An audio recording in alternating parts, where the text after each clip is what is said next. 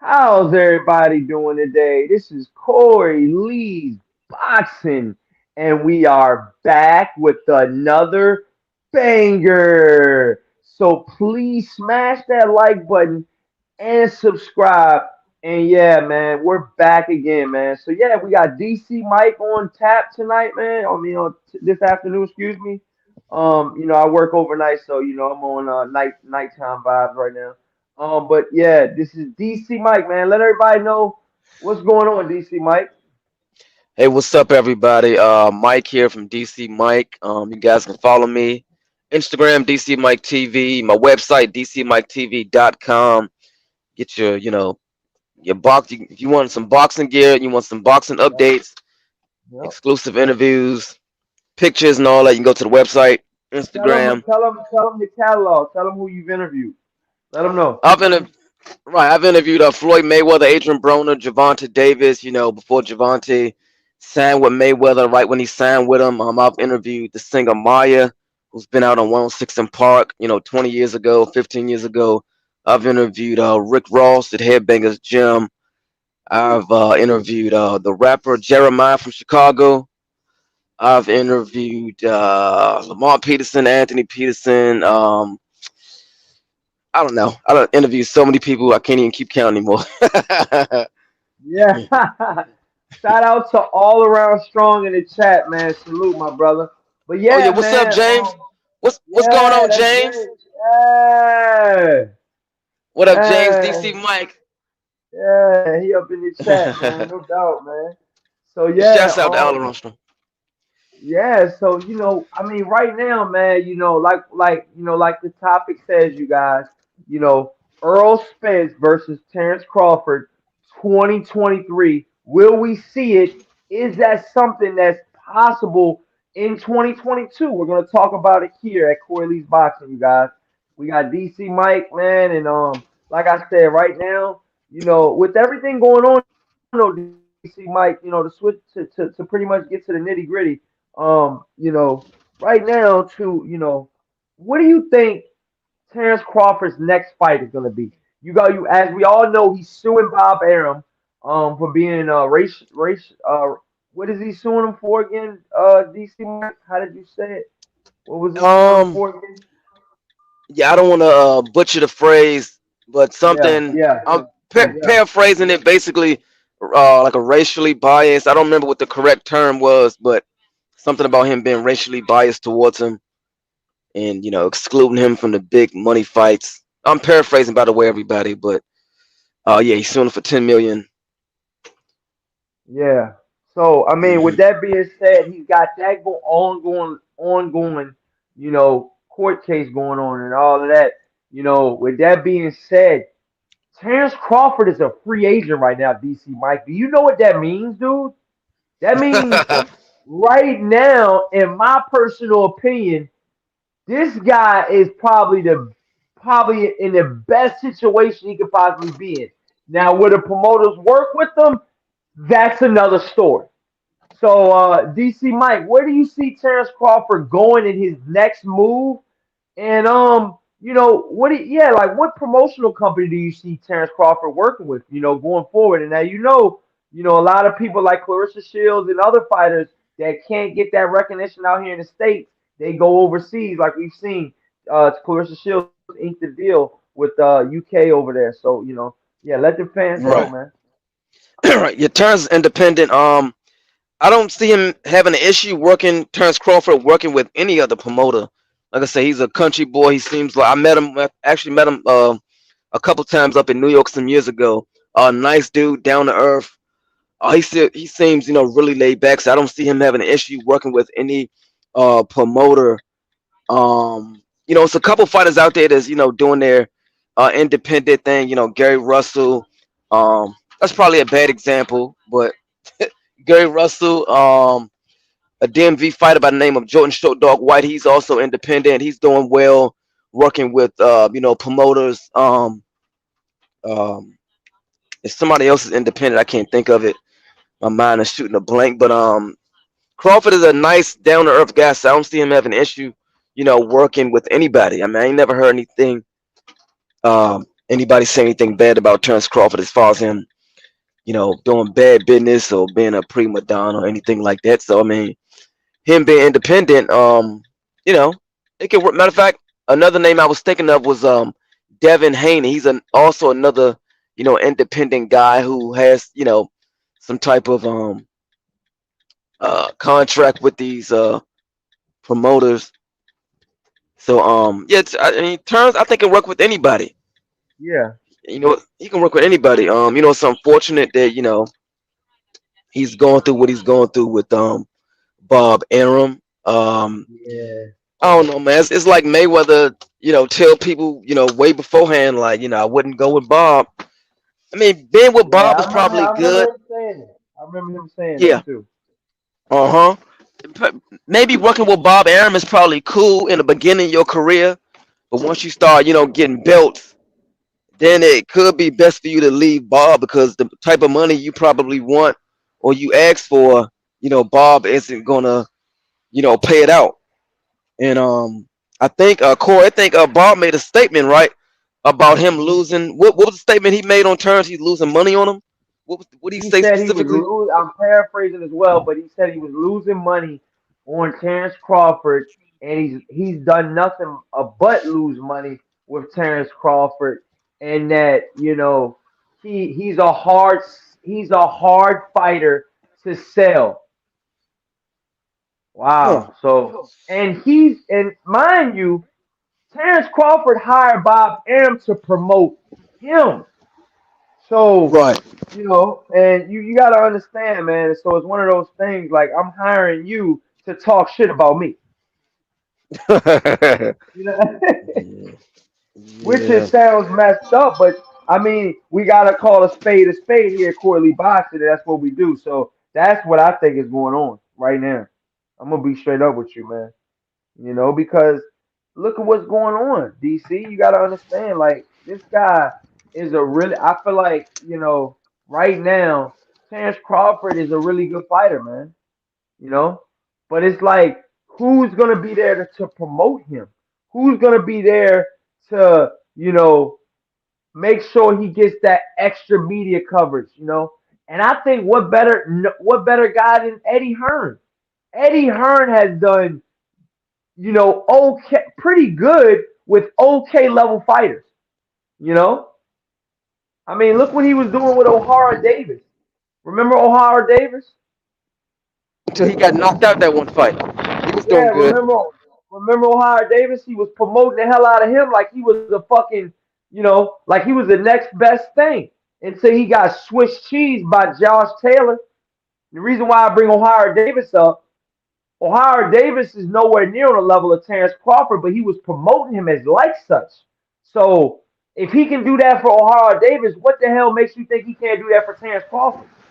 I think Right. he can do that for Terence Crawford, and I think he will do some good things for Terence Crawford. Shout out to L Foul Player. He says, Big Corey, Ice Age. Yes, ice season, baby, out here in these streets. You know what time it is, baby. But we're talking about Terence Crawford's next fight. Who do we think he's going to fight with? What promotional company do we think he's going to be with? And yeah, DC Mike, let the fans know what you think. I wanted to add on to what you said in that long statement. Yeah, You excuse me, I'm catching. I'm over here doing some other stuff, so I'm trying to remember everything you said. But as far as him saying he can't make money or he's losing money on Crawford, the only thing we spoke on this, off camera, Corey. But the only thing I could probably right. think of him saying that is, I mean, all the way across the board, I don't believe that because every time Terence Crawford fight, I don't know his exact numbers, but everybody seems to tune in. Now, if he's talking about now pay-per-view numbers, I can agree with that.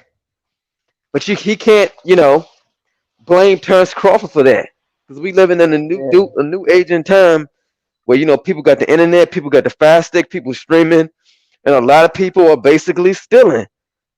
Floyd Mayweather mentioned this at the Javante Davis Isaac Cruz fight, way before, at the press conference before the fight.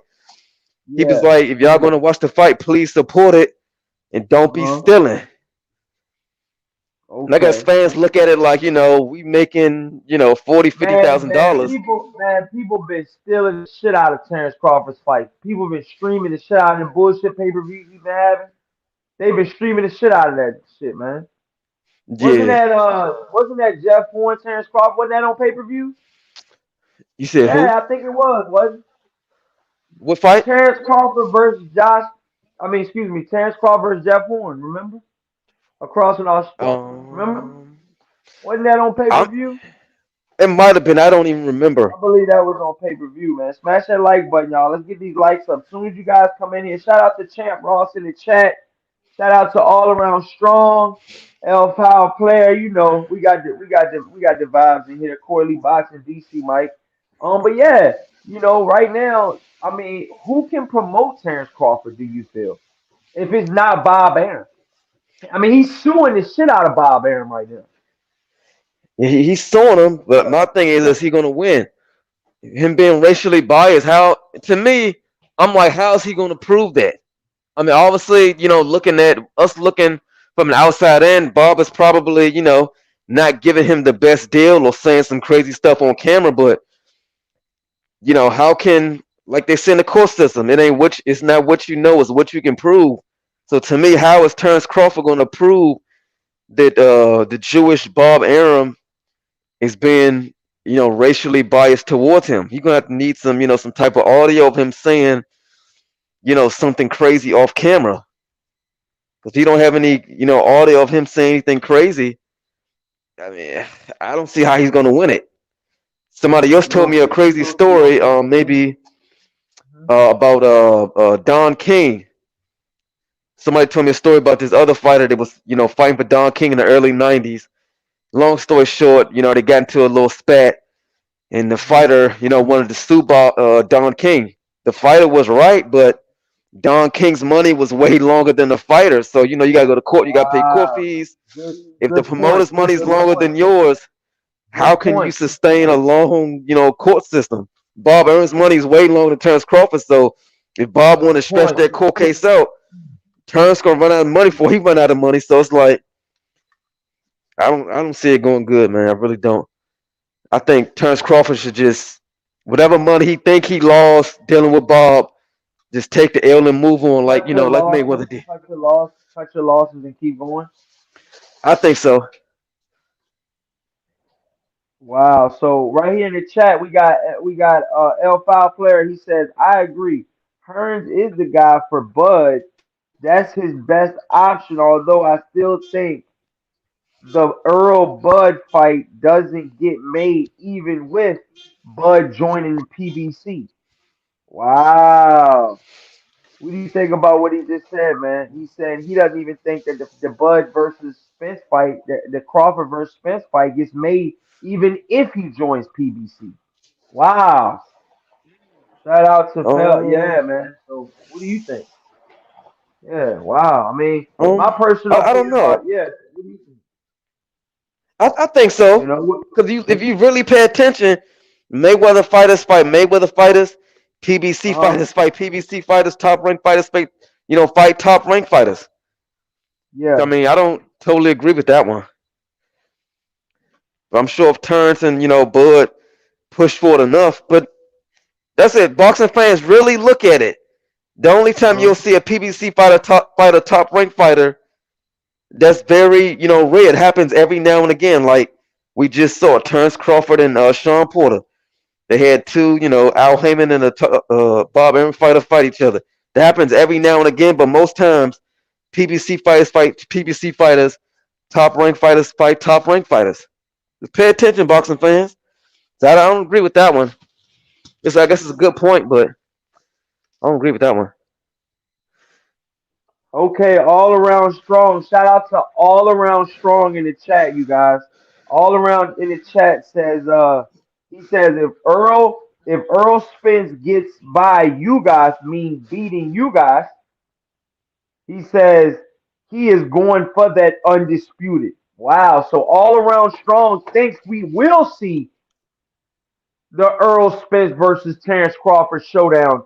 Do we see that in 2022, all around strong, or in 2023? And my question to you, DC Mike, is Do we see the fight at all? Yeah, what you say, Corey? What the fuck, dude? I just set you up beautifully, dude. And you're like, what did you say? But yeah, Um, yeah, you gotta tighten up with that shit. But yeah, man, you know I'm over here moving around. yeah, I already know, man. I'm just fucking with you. But what I was saying was, do we see? Because All Around Strong says if Earl gets by you guys, he is going for undisputed. All Around Strong feels that way. In 2022, he says we'll see the Earl Spence versus Terence Crawford if he beats you guys coming up this March or April. And my question to you is, will we see Terence Crawford versus Earl Spence fight?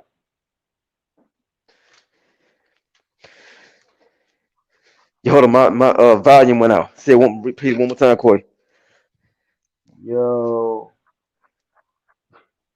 Um, it if pretty much if All Around Uh huh. Strong says if Earl gets by you guys, he's going for that undisputed, and that's in 2022. And I feel like do you feel like Terrence Crawford and Earl Spence will we see that fight?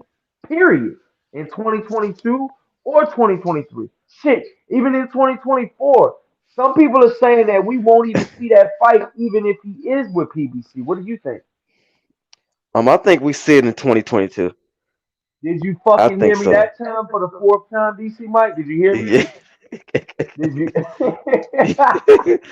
Yeah. DC I Mike, I think it already happens in know, man. 2022. You do?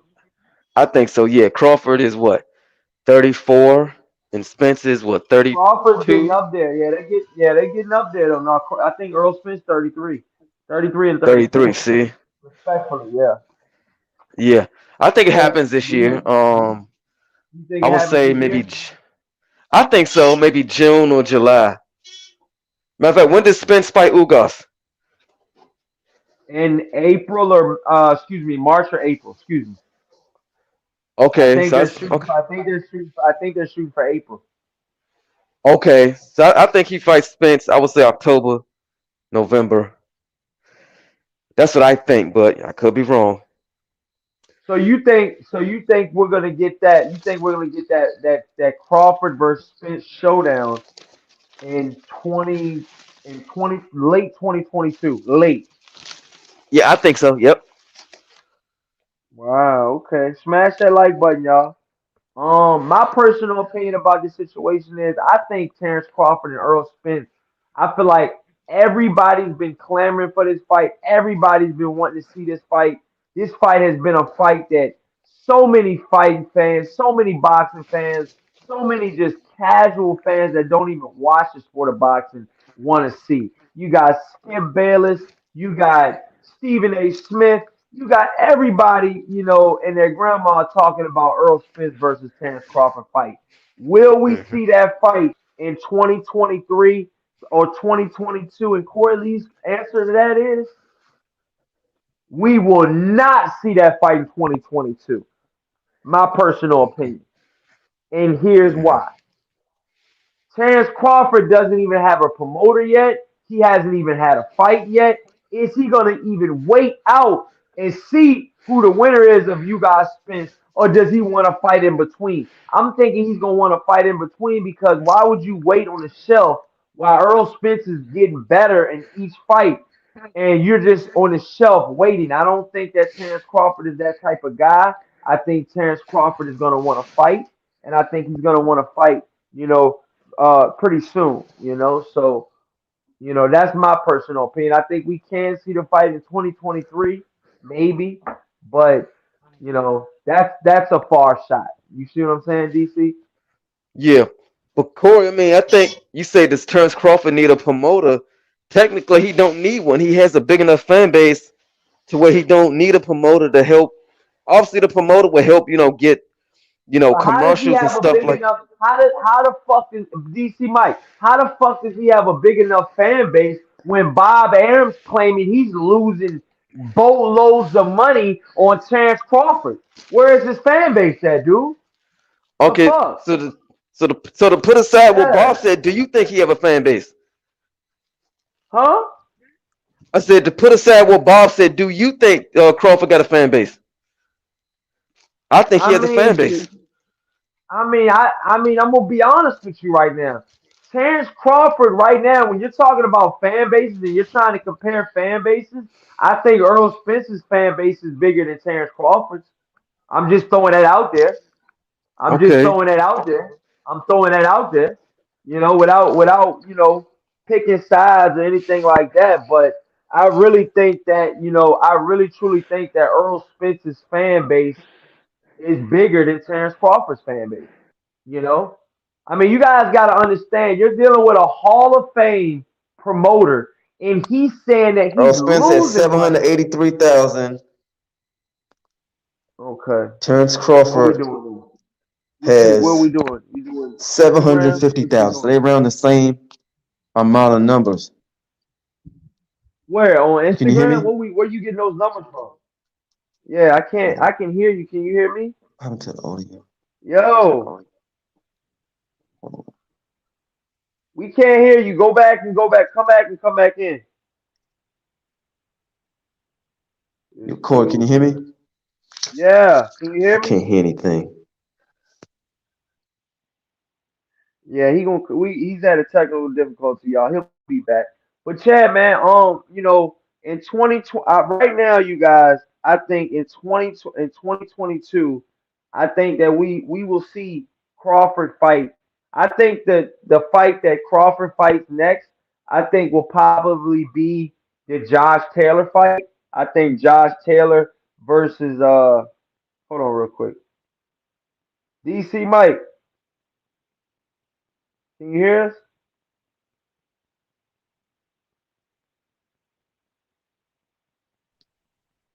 DC Mike, can you hear us? Yeah, can you hear me? Yeah, we can hear you now, buddy. Go Okay, ahead. buddy.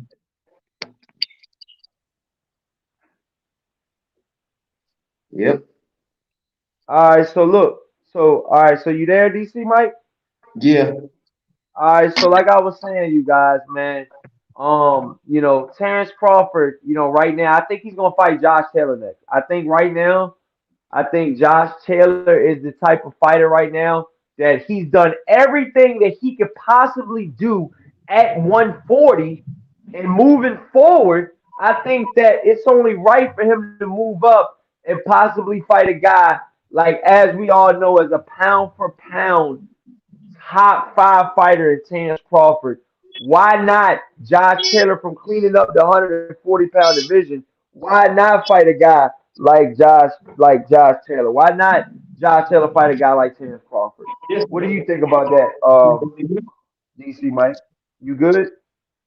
Yeah, I'm good. I think that's a good valid point. Um, like you said, he did everything in 140. Josh Taylor's a big fella. I think he's what, 5'11", 6 feet.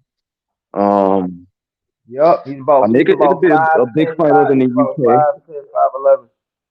Yeah, I think it'll be a big fight over there in the UK. I don't know how big it'll be over in the States, but in the UK, it'll be a big fight. Um, I think all that lines up, Eddie Hearn, you know, a fight in the UK with Josh. I think that'll be just big over there, in my opinion. Which ain't nothing wrong with that. I'm sure Terence Crawford gets some money. He probably get 2+ million to go over there. You think so? I think so. Do you think that that'll be Terrence Crawford's biggest payday if he fights Josh Taylor next? Do you think that'll be his biggest payday? He just made 6 with Sean Porter, right? He made about Um, 6 million with Sean Porter. Yeah. um, I don't know. I could probably not. I wouldn't think so, but you never can tell these days. You said you're not 100% sure on that. Well, yeah, you guys. You Like I never was can tell these saying, days, man. man. I mean,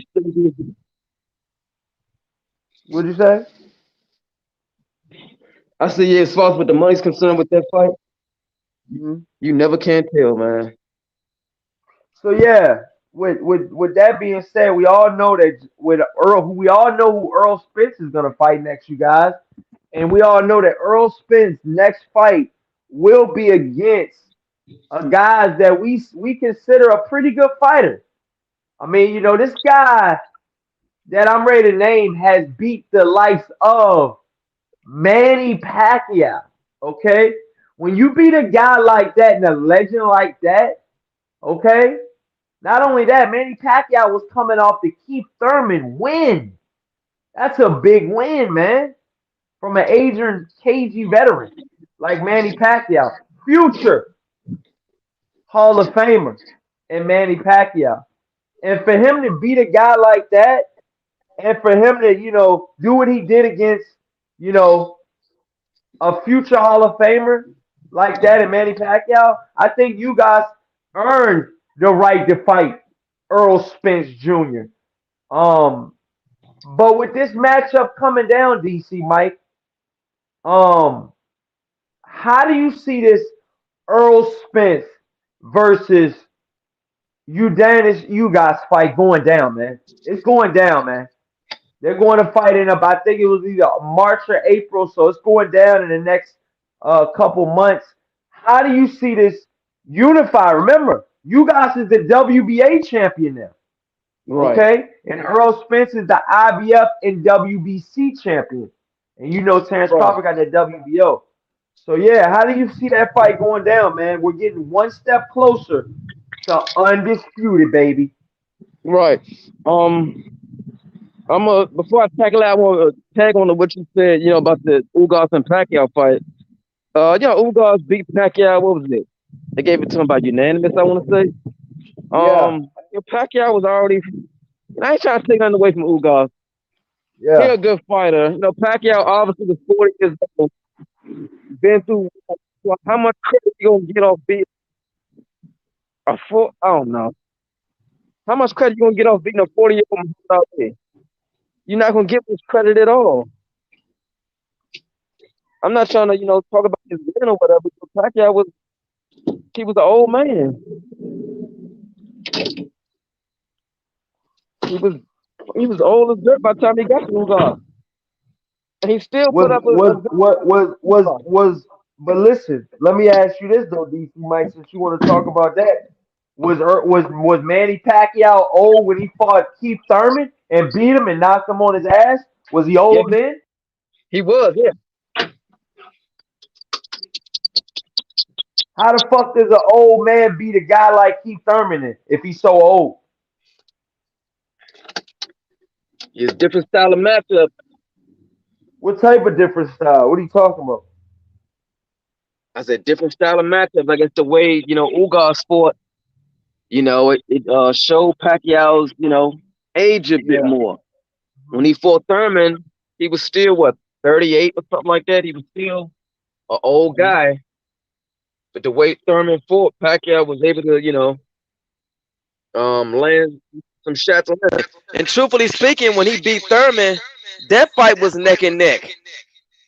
For real? Yeah, in my opinion, that was a neck and neck fight. You think so?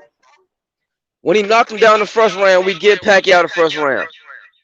From the Okay. second on to the 12th, that fight was neck and neck in my opinion. Pacquiao barely edged that out, in my opinion. Pacquiao didn't get no clean sweep over Keith Thurman. Did you think he got a clean sweep over him? I didn't see it that way. I mean, it was a very, very close fight. Very close fight. I feel like the Keith Thurman Manny Pacquiao fight could have went either way. They did eventually give it to Manny Pacquiao. Was I surprised? A little bit. Did I have $500 on Keith Thurman? Yes, the fuck I did. Did Oh, I lose that money? Yes, the fuck I did. Have I bet on boxing since? Not like that. That was an upset. I'm getting some feedback from you over there, buddy. But yeah, I just feel like right now, man, Keith Thurman, I'm hearing the echo back there, buddy. It's echoing from your side, buddy. DC Mike. Oh man, you got an echo, bro. So yeah, man. Like I was saying, you guys. All around strong says I think Earl is going to make a statement against you guys. He says, who is a very good boxer himself. It's just levels to this. Yeah, I feel you on that all around strong. I definitely feel you on that. It's definitely levels to this. And you guys gotta understand, Manny Pacquiao was not a tough out for you guys. Manny Pacquiao had a tough fight against Keith Thurman, and he had an even tougher fight against you guys. So who's to say you guys won't do well against Errol Spence? Who's to say that? Has a very, very good chance on possibly beating Errol Spence. And I think a lot of people are counting Errol Spence. I mean, excuse me, a lot of people are counting you guys out of the fight before they even fight, which is not fair. I think you should definitely give him a fair shake first. And I just feel like Errol Spence is a really good, he's a really good fighter, but I feel like so is you guys. You know, you guys is a good fighter as well. DC Mike, can you hear us?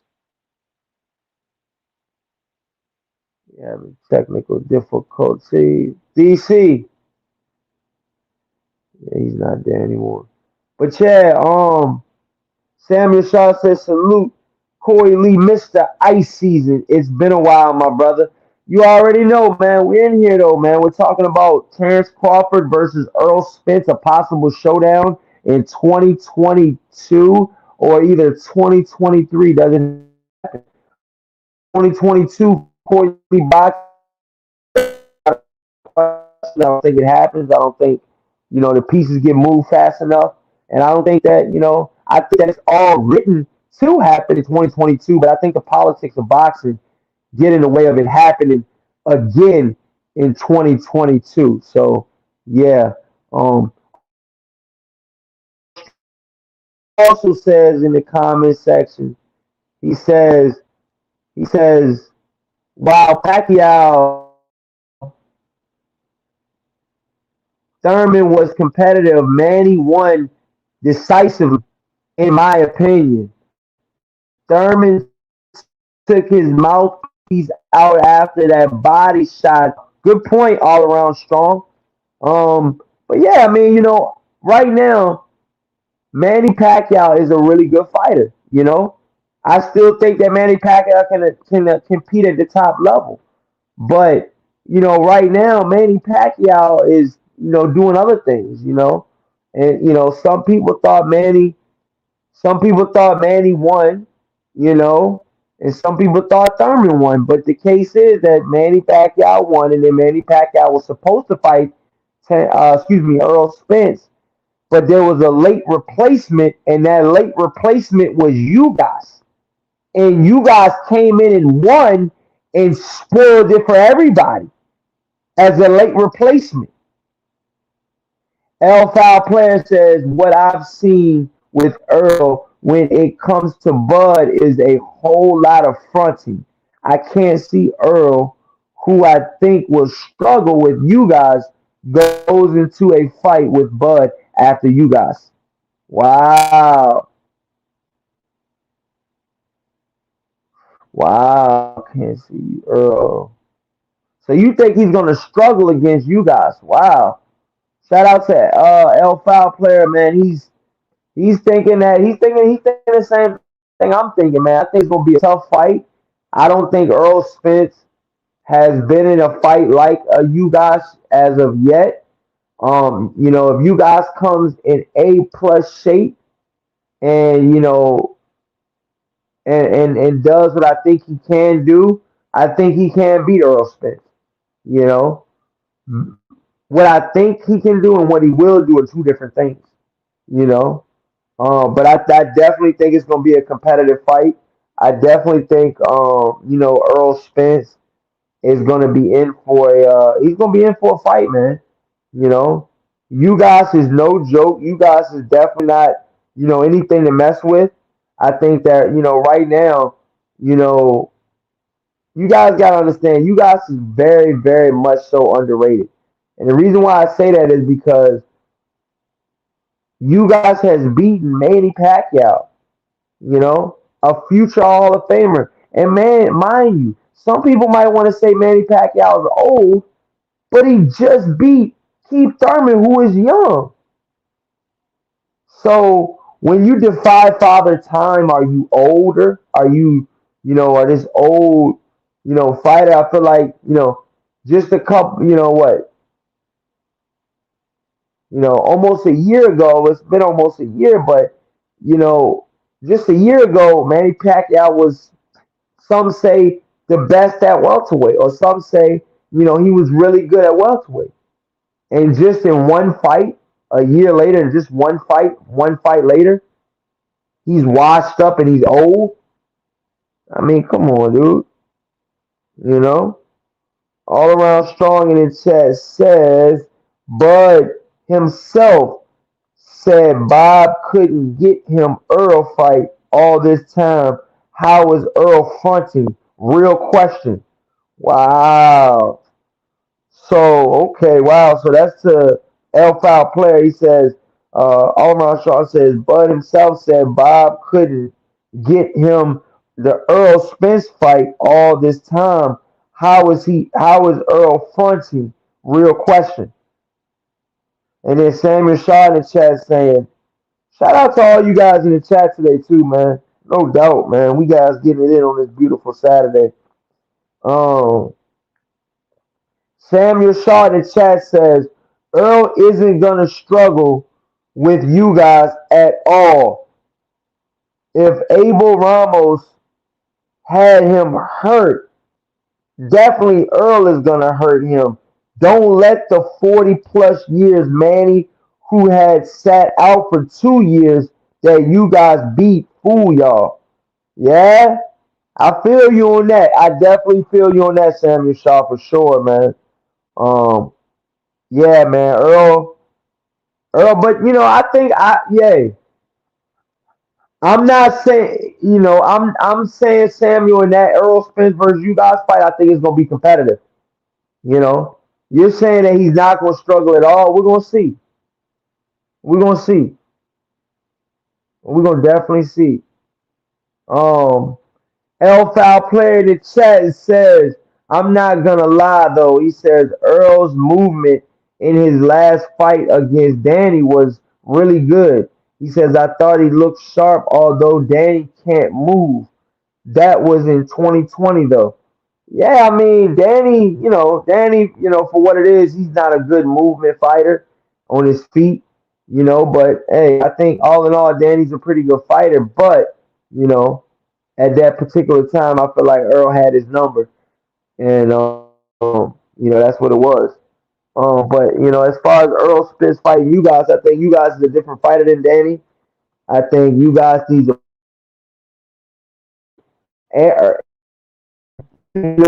for you guys to be able to fight, you guys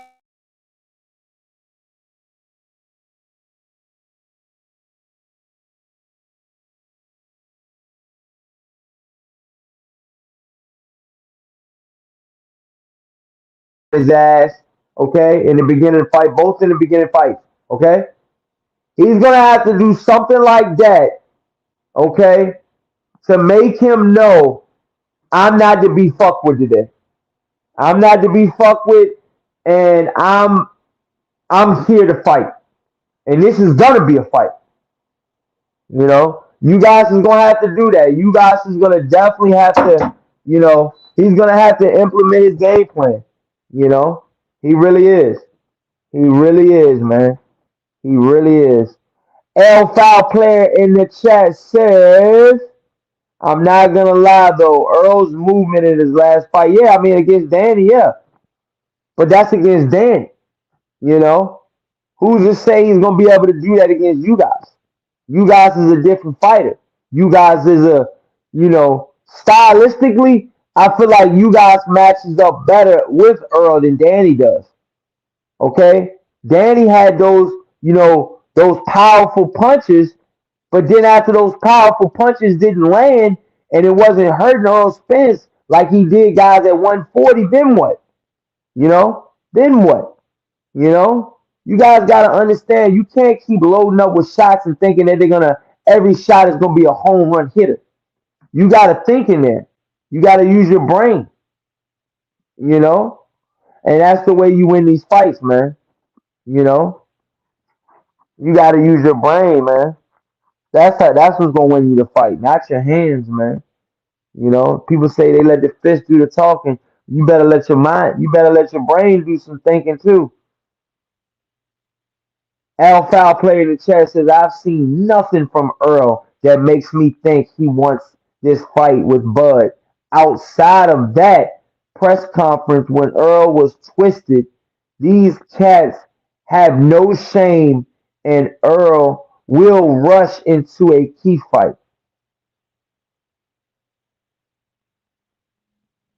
Wow. So I mean, I just think that, I think we're gonna see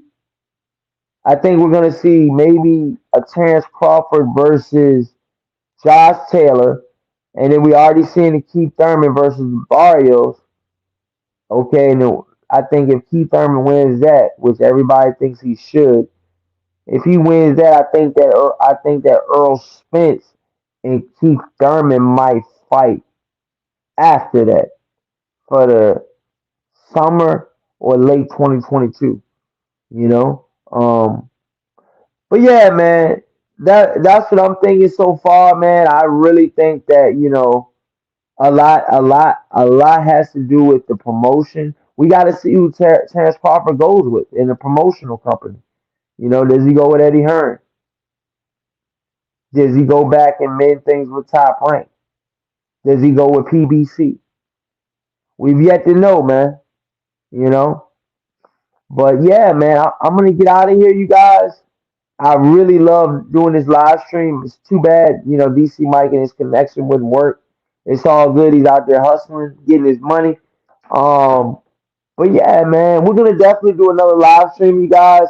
There's gonna be some fights that come on tonight. I'm gonna definitely be watching that Joe Smith fight tonight.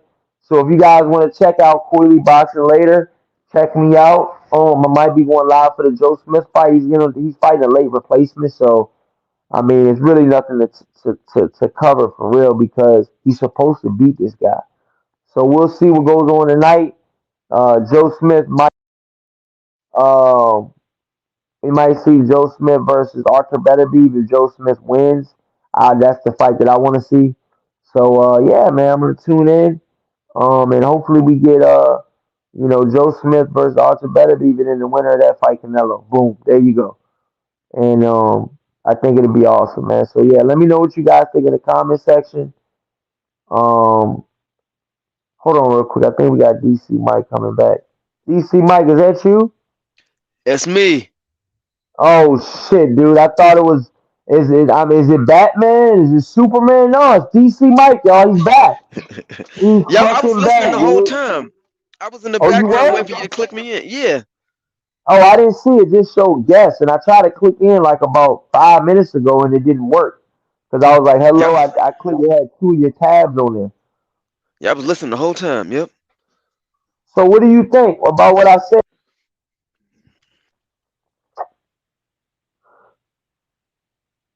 I Yo. don't, Oh. when Spencer's at the top of his game, I Uh huh. remember at one point everybody was talking about Spencer, the hardest puncher. He put Bundu to sleep, this, that, and the third. Now all of a sudden, he goes through the car accident, detached retina. People's talking about Earl Spence like he's nothing now, and I'm sitting there like, come on, y'all. I remember one point he was the next thing since sliced bread. Now are people stomping him while he's down. I don't get it. And that's not to take nothing away from, Crawford. Crawford is another terrific fighter, but I can remember he came from 135, and Spence has Uh always been at 147. So I don't know. I'm just trying to figure out why huh. people, switch up on Earl Spence like that. Mhm.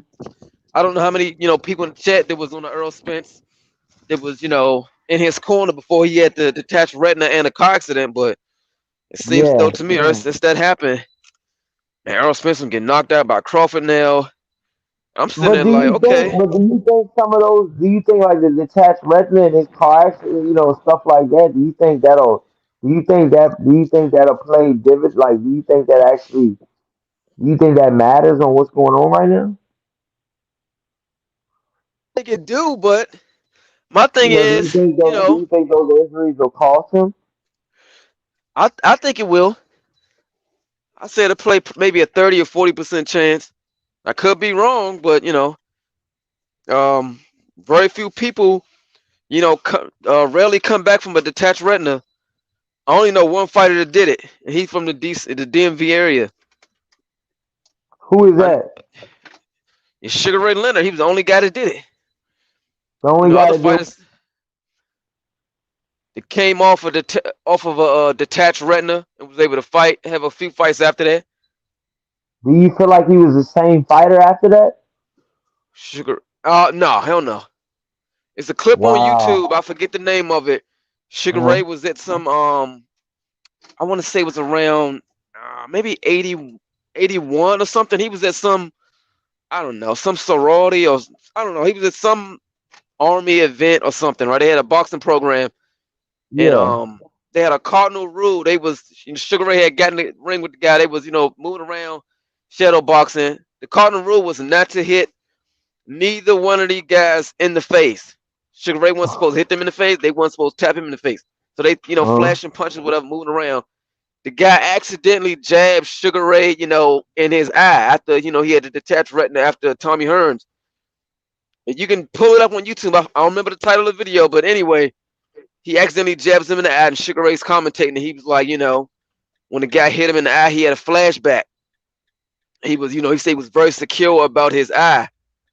Oh So once the guy man. did that, Sugar Ray, moving around, and Sugar Ray started hitting him. He hit him like one hard shot. And they supposed to be, pity patting, right? So Sugar Ray was like, Uh-huh. hit him with a body shot. And the guy was like, oh, Sugar Ray was like, oh, my bad, I ain't hit you hard. Which he did on purpose to get back at the Oh guy. Because the guy, wow. yeah. Wow. So I think, once you get a touch retina, man, I think Oh, the that's a good insecurity will story, always be man. there. Oh, that's a good Yeah, story, man. Man. yeah. So I That think the happened insecurity when will that always going happened to a be there with couple her. years ago. You said, did it happen a couple years ago? Yeah, when did his detached retina? Who did he fight after his detached retina? Who did he fight after the retina? He fought somebody in 1984. I don't remember the guy's name. But the guy knocked Sugar Ray down, then Ray got up and beat him. Then he fought, uh, uh, what's his name? Marvin Hagler and Tommy Hearns again in '89. So he had a few fights. He got the retina in, what was that, '81. Wow. But there was a couple other fighters that got the touch retinas in the '80s, and once they got it, doctor was like, "Yeah, your career's finished." So a lot of fighters don't come back from it, And but Abner Mars has it, and he ain't been fighting. Remember, he had yeah, to pull out of the Devontae Davis fight. the doctor probably Abner told him it's a Mars. wrap. Yeah, the doctor probably told Abner it's a wrap. If you box again, you're gonna mess around and be blind. L Foul Player in the chat says he has a question for you. He says Sugar Ray was still fighting at the time of the video? Question mark. He had been retired for about a year. He fought Tommy Hearns, I want to say October of '81, and the footage was somewhere in '82, maybe the summer or the fall of '82. But I guess Oh, case in for point real? is once you get detached retina, you always gonna be insecure. And Ray said it when the guy hit him with a jab. Guy ain't mean to do it, but it touched it eye. He had detached retina on, and Ray was insecure, and it made Ray, angry on the inside. He tried not to show it. He hit the guy with a hard body shot. He backed off like, yeah, I ain't hit him hard. That was my fault. And he did it again. And then the guy Mm. crumbled to the canvas. Oh man. Mm. Yeah. Man. So I mean, do you feel like that detached retina and the car accident getting thrown out of a car? Do you think that those two incidents can possibly affect the outcome of a Terence Crawford? Not even a Terence Crawford. Do you think that could possibly affect the outcome of a you guys versus a? Remember, you Um, guys is coming off the Manny Pacquiao win. right. I remember you spoke on that when I was listening in. Yeah, I can yeah, I did compare. speak on that. Cause Yeah, I was directing a lot. I was talking some of that stuff. I was saying it towards you. yeah. I can compare Danny Cause remember you Garcia. said Manny Pacquiao was old. Right. Uh-huh. He was. But Oh, Samuel in Shaw says Abner Morris had two retina issues. The last one he didn't come back from. Smash that like button as soon as you guys come in, y'all. Let's get these likes up. So what were you saying, DC Mike? some ways I can compare Danny Garcia to Ugas. The only thing I can really compare to Ugas with Danny is they're very relaxed. They don't get overly excited. They don't jump in like other fighters do when they need to land their shots on trying to close the distance. He's very relaxed. They're always on their balance. They never get out of balance. They're very relaxed. And I guess that's one good quality Ugas has about him, in my opinion. So I guess that's the only comparison I have with him and Danny Garcia. They're very relaxed, always on balance.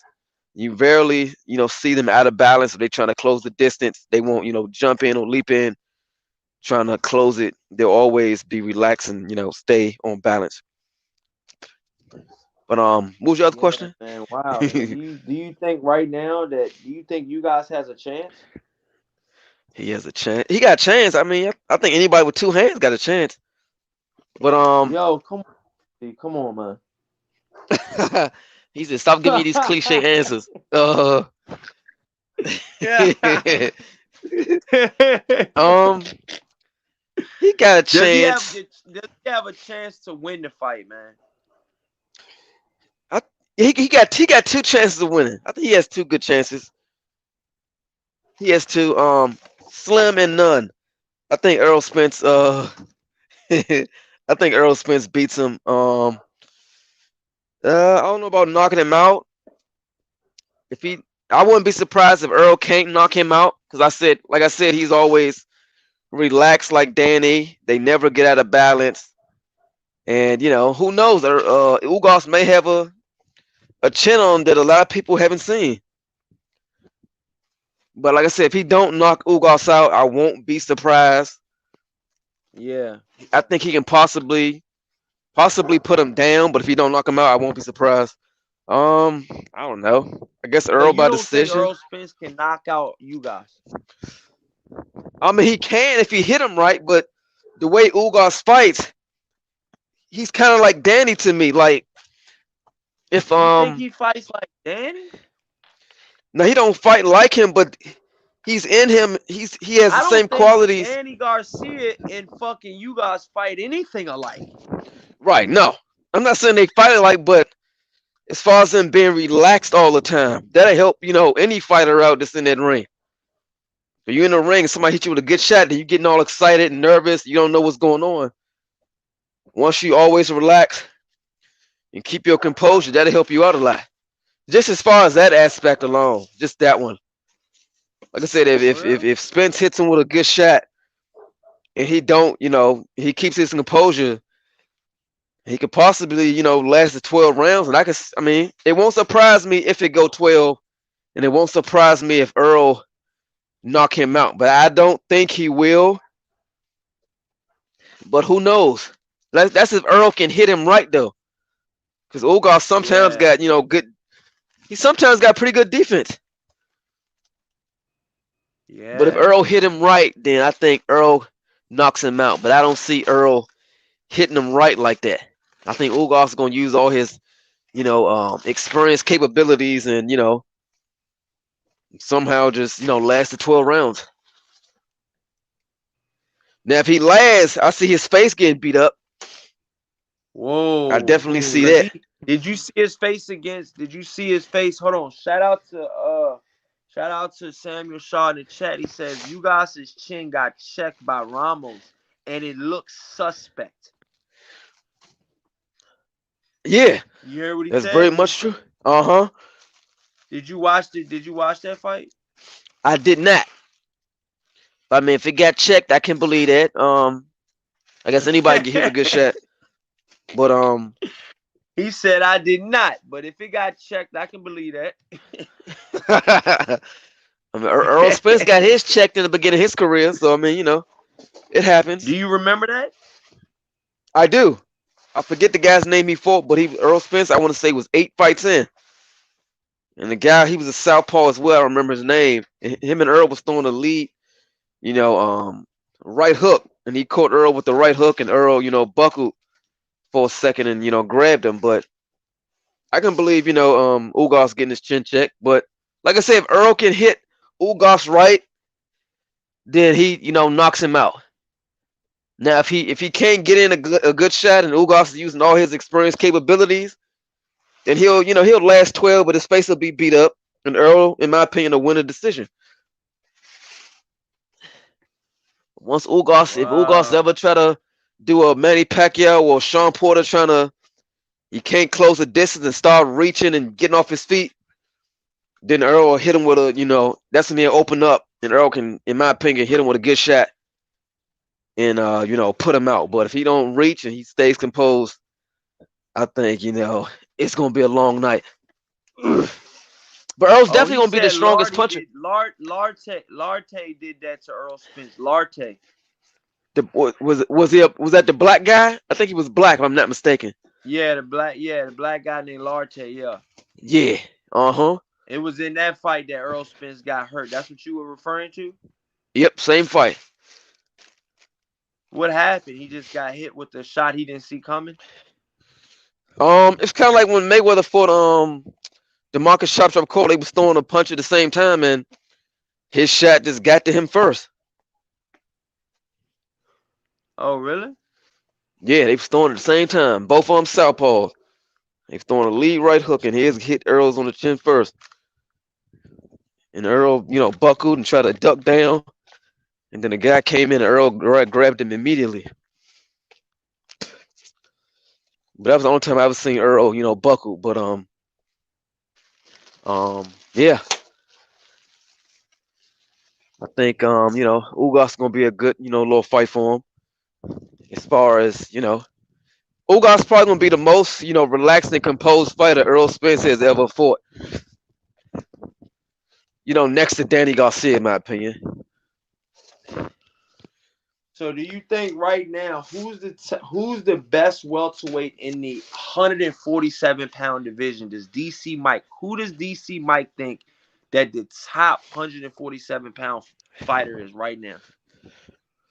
Well, I don't know. I guess between Crawford and Spence, I mean, I don't know what order to put it in, but I guess those two gotta, put their one half together and make one whole and, fight it out, and then that'll prove who's the best. But right now, I guess them two is number one, in my opinion. Obviously, Crawford got more fights at a lower weight class, but, I say both of them number one at this point. They just got to fight it out. Because you need one champion in one name. We don't have that. So they have to fight it out for me for them to prove who's number one specifically. Because you can't do it right now. You got three guys with, one guy got two, the other guy got two, the other guy got one. It's like they all need to fight it out. So can you hear DC? I can hear you, yeah. I bet. So yeah. So do you think? So who did you say the top 147-pounder was? I would say Crawford and Spence, both. Yo, what the fuck? It's one answer, not two answers. I'm gonna do my Floyd Mayweather thing. I'm gonna answer the question how I want to answer. Yo, he just gave me two answers, y'all. This dude just gave me two answers, man. Okay, I'm gonna give you a better answer. I'm gonna say I don't know until they fight. Is that a better answer? Yeah, but damn, you said Spence and Crawford. I'm thinking you're gonna say at least one. And Samuel Shaw says on paper, Earl and Bud are top dogs at 147, but I think Boots or Virgil Ortiz can beat either of them, in my opinion. I Yeah, don't know Boots is on the about rise. Virgil Ortiz and this guy, Jerron Boots Ennis. He's gonna be a problem, DC Mike. I mean, the more I look at him and the more I study him as a fighter, he's the goods, man. He's the goods. How do you think a fight with Jerron Boots Ennis goes with Errol Spence right now, after the detached retina, after the car accident, after, having a, back and forth battle with Sean Porter, how do you, which Terence Crawford eventually stopped after. How do you see a fight with Jerron Boots Ennis and Errol Spence going down right now? If the Yeah, fight were to happen in Yep, one of the 2022. one of the most explosive fights in 2022. I think the Woo. fight goes 12 rounds. I think it go 12. Wow. I, yeah, I think somebody gets, buckled. I don't see nobody getting knocked out. But I say it going 12. 12 rounds? It'll be. I say it going 12. Yeah. Boots They're got going 12 power, still? Spence got power, but yeah. You remember? I always like to do analogies. I don't know why, but you remember when Shane Mosley back in the day when he was when he fought De La Hoya, he was what 34-0 with 32 knockouts. Everybody he was hitting, he was putting to sleep. Once he had De La Hoya, you couldn't put him to sleep. He was hitting him, but he wasn't going nowhere. So I think it's gonna kind of be like that. He got power on paper, which he still do, but once he fight a top guy, then he's gonna hit him with everything he got, but the guy ain't gonna go nowhere. But as far as who will win, I guess Boots could probably beat him right now. I would probably pick Boots just because I know him and he needs some money in his pocket.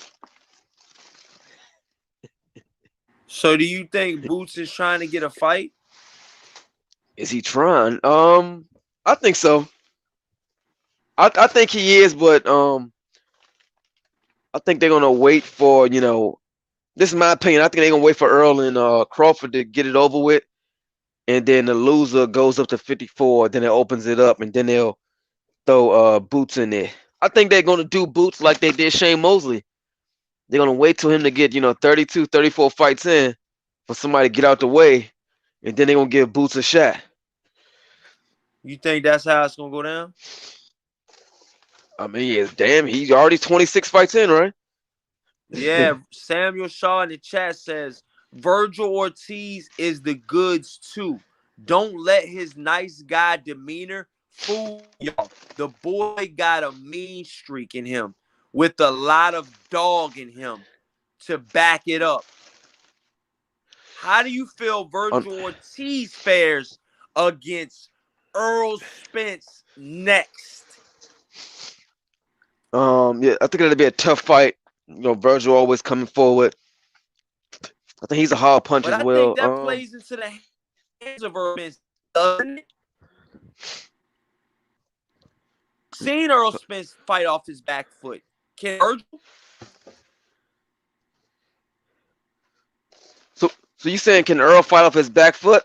No, I said we've Virgil seen take... Earl fight off his back foot. Can Virgil? Oh yeah. I don't think so. I mean, he's never done it yet. I don't think so. He's a What about Spanish when boy? the going gets tough? Can Virgil Ortiz, when somebody else is pushing his ass back, can he fight? Can he fight the same? What do you think? I don't think he can. But Earl's will go looking for him. He ain't gonna be hard to find. If he also got a big punch as well, Virgil Ortiz does. So I mean, I think if he catches Earl, then he could probably buckle Earl. But he's never fought off his back Smash that foot. like button as soon as you guys come in here, you guys. Smash that like button. We're talking about Virgil Ortiz versus Errol Spence Jr. DC Mike is breaking it down. Smash that like button, please, you guys. Go ahead, DC. Yep. Yeah, we never seen Virgil Ortiz fight off his back foot, so I guess it'll be interesting to see if he can do so. And we don't know what Virgil can take, if he could take a shot from Errol Spence on the chin. We don't know. I mean, he's fought some good guys. The last good guy he fought was Was it Maurice Hooker? Yeah, he's fought some pretty good guys, man. Yeah, yeah, Maurice Virgil Hooker. Ortiz, but he hasn't fought any guys. Like, his resume isn't that good though. His resume is not on the Errol Spence resume. His resume isn't on a Terence Crawford's resume. He's 18-0. Virgil Ortiz is 18-0, but all 18 of his wins have all came by knockout, which is a Right. very alarming, stat, you know. No, I'm being for real, man. All of it, 18 Right. of his fights have ended before the ending bell. None of his fights have went to the scorecards. I think that's Right. saying a lot. Right. What do you think? Yeah. He knocked out Maurice Hooker. He knocked out Kavalauskas, which dropped Terence Crawford. And now he's fighting Right. another undefeated fighter coming up March 19th. Okay, versus Michael McKinson. 21-0. He's coming to fight him. And does the streak continue against this guy? Shout out to Well, Dietrich Beats in the chat. Salute, my brother. wait, who's Virgil fighting again this year? Virgil Ortiz is fighting a guy named Michael McKinson. 21-0. Okay? Michael McKinson is 27 years old. Alias The Problem. His debut was in 2014. He's from Portsmouth, United Kingdom, Hampshire, Portsmouth from United Kingdom. And he's beaten unanimous decision against Chris Congo. Win against unanimous. Can you... This is out of control.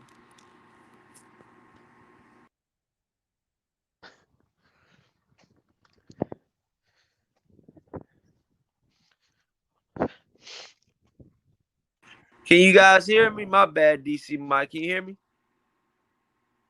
Can you hear me, DC Mike? Can y'all hear me? Yo. Hey. Hey. Can you hear me? Yeah, I can hear you. All right, bet. UGC Flame, what's going on, bro? He says, sounds good. All right, he says, great show, Corey Lee, but let's be honest, ain't none of these dudes trying to fight each other. But we got to see, though. We got to see, though, Dietrich Beats. What fight do we see happening first? What big fight do you see happening first, DC Mike, in 147-pound division? Other than the you guys versus Errol Spence. Do you see Virgil fighting any of these guys anytime soon? Do you see Jerron Boots fight any of these guys anytime soon? Any of the top guys, top guys. Yeah. I mean, it's kind of hard to tell, man. I mean, boxing is the business now. Yeah. I mean, I really can't say. I mean, I would like for them to, or like for the, I don't want to say the fighters because no fighter's scared of another fighter. I would like to see, these managers and promoters to match it up. But everything is so, such as a business now. It's kind of hard to tell, man. I'm pretty sure a lot of people like to see Jerron Ennis in there with these guys last year and, get these big fights, but it's all a business, man. I can't say. I would like to see it happen late on this year with Virgil stepping there with, Spence or Boots or whoever, but I can't call it. Do you think right now that Jerron Boots Ennis will get a top 10 fight in 2022? Jerron Boots Anybody Ennis ranked in is the number 7 ranked in the entire world of boxing at welterweight division. Is it only a matter of time before we see Jerron Boots Ennis at the top? Oh yeah, it's gonna be a matter of time. Wow. He didn't. The last guy he didn't fight was in the top 10. Wow. Let me go check it out. We got CORYLEEBOXING Production Studios where they're live in effect right now. They're looking it up right now, you guys. CORYLEEBOXING Productions. His last fight was against Thomas Delorme, and we seen what happened to him. At that time, Thomas Delorme was not in the top 10. He was in the top 30. No, he's in the top 40. Excuse me. And who'd he fight right before Delorme? Sergey Lipinets, which is not in the top 10. He's in the top 20. No, he fought. Who'd he fight before Lipinets? He fought somebody with a name. Chris Van Herden. That may be who it was. But that got switched to a no decision. That's right. It was a headbutt. Yeah. So, you know. Damn. Beatrice Beats in the chat says exactly. I agree. It's such a business, and they doing a great job at killing the fans' interest in the sport. Wow, do you agree? Yeah, I agree with it. But then that was the same guy that also mentioned about these guys got to be what did he say specifically? These guys got to be willing to get in the ring with each other. Great show, CORYLEE, but let's be honest, ain't none of these dudes trying to fight each other. They're not trying to fight each other. He said none of these dudes are trying to fight each other.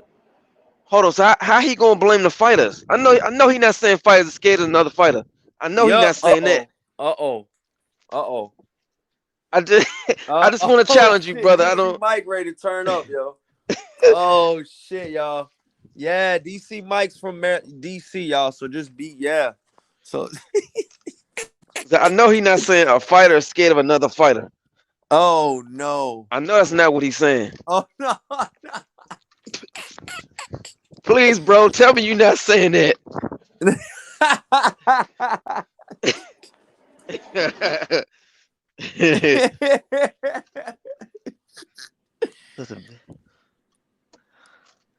So what do you so DC Mike, you know, with that being said, you know, you guys got to understand. He says exactly, I agree. It's such a business and they doing a great job at killing the fans' interest in the sport. So do you believe in that? And he says, Beatrice B says, no, I'm not saying that. I am saying that the business is killing boxing. Okay. I thought he was saying about the fighters. Yeah, I guess it is. What can you do? You know, boxing is a business, man. First and foremost, Beatrice Beats and DC Mike. Boxing is a business. We all knew that going into boxing, and we all knew that, you know, we might not get the fights we want because boxing is a business. You know? And I mean, you know, there's tons and tons of fights that we want to see, but because boxing is a business, will we ever see them? Like, we want to see Tyson Fury versus Anthony Joshua. We want to see Anthony Joshua versus Deontay Wilder. But will we ever even see those damn fights? Because, like I said, boxing is a business. Right. Yeah. Boxing dirty, man. Cutthroat. The whole nines. I mean, I guess that's just where the game goes, man. So, you know, it's a sport I'm pretty sure y'all love and I love, but I guess you gotta take, you know, the good with the good and the bad with the bad, man. UGC Flame says he's pretty much directing it to you, DC Mike. He says, ain't no scare fighters in boxing? ? Whoa. No. Whoa. Oh, damn. Okay. Brother, name a fighter that's scared of another fighter. Whoa, DC Mike don't play about that shit, man. That was damn. Okay. So the answer to his question is no. That's what you're saying? Right, no. Why do you feel like that? Why do I feel like that? Yeah. Because it takes a lot of heart to get in that ring and fight, man. I ain't never seen no fighter scared of another fighter. Get out of here. People want, at the end of the day, people want the money. People can sit there all day and say, oh, I don't know, Jerron Ennis need to be fighting Tyson Fury. They gave him an offer, but he didn't want to take it. Oh, now he's scared. So he's scared because he didn't take the offer. At the end of the day, people want currency. At the end of the day, that's what it all boils down to, is currency. So just because somebody sent somebody an offer and they didn't accept the offer, don't make them scared, or whatever the case is.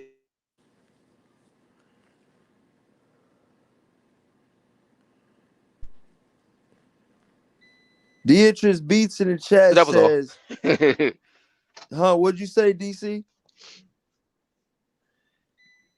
I said that was all. DC, you said that's all? All right, bet. UGC is laughing about what you just said. But Beatrice B says, yes, boxing is a business, but product keeps the business thriving. Product, he says. Uh-huh. Okay. UGC Flame says, I can name a few scared fighters. Fighters are but scared. I digress. And answer the question. Whoa. Huh? He said what? What'd you say, DC? What did he say? He said, I can name a few. He said, I can name a few scared fighters, but I digress. Yeah, name them. I want to know what you're talking about. I'm trying to figure out where he coming from. Yo, UGC in the flame, man. UGC up in here, man. He said, I can name a few scared fighters, but I digress, man. Yeah, I want to know why they scared. What do he think they're scared, or they say they were scared? And who are they specifically? Give me at least, brother. Give me at least two names.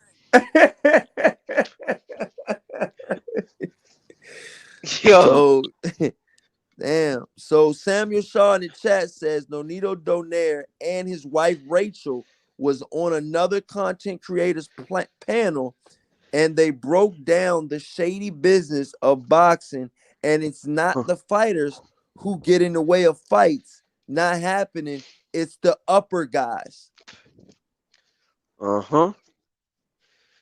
Facts. So yeah, so then Samuel Shaw says, like the managers, promoters, and networks. So that's what he's saying. He's saying not the fighters are getting in the way. They're not scared of each other. It's the promoters. Right. That's what Samuel Shaw is saying in the chat. Right. I agree 100%. Huh? I agree with that 100%. Oh, you agree with him? Yeah, I agree with that. Yeah. What about the other guy? He said he fighters scared. Did he? I want him to give at least two names. Hey man, why you keep saying something? Why you? You can't let that one go, can you, DC? I'm trying to get him to prove his point. I'm about to be like your boy. What's his name? Goddamn, Kevin Samuels. Oh shit, man. I'm trying to see what point he's talking about. Huh? I'm trying to see what he talking about. I mean, I think he's just pretty much saying that there's a couple scared fighters in boxing. I guess that's what he's trying to say. I mean, who? Huh? I'm trying to figure out who he talking about. I guess whenever he gets a chance, he gonna let you. What he gonna say? Ryan Garcia scared of Tank. Is that what he gonna say? Or Tank scared of Devin? What? I don't know what's next, Corey, man. Well, I'm trying to see where you coming from, bro. Just give me a couple names who you think are scared of another fighter. Oh, he says Ryan Garcia and Jaime Munguia. Oh, how did I know Ryan Garcia, Corey? How did I know that? How did you know? How did I know? Jeez. I just threw Ryan Garcia's name out there. That's What wild, do you know? His name popped up. That's wild. Wow. What do you know, Corey? Ryan Garcia. I said probably Ryan Garcia.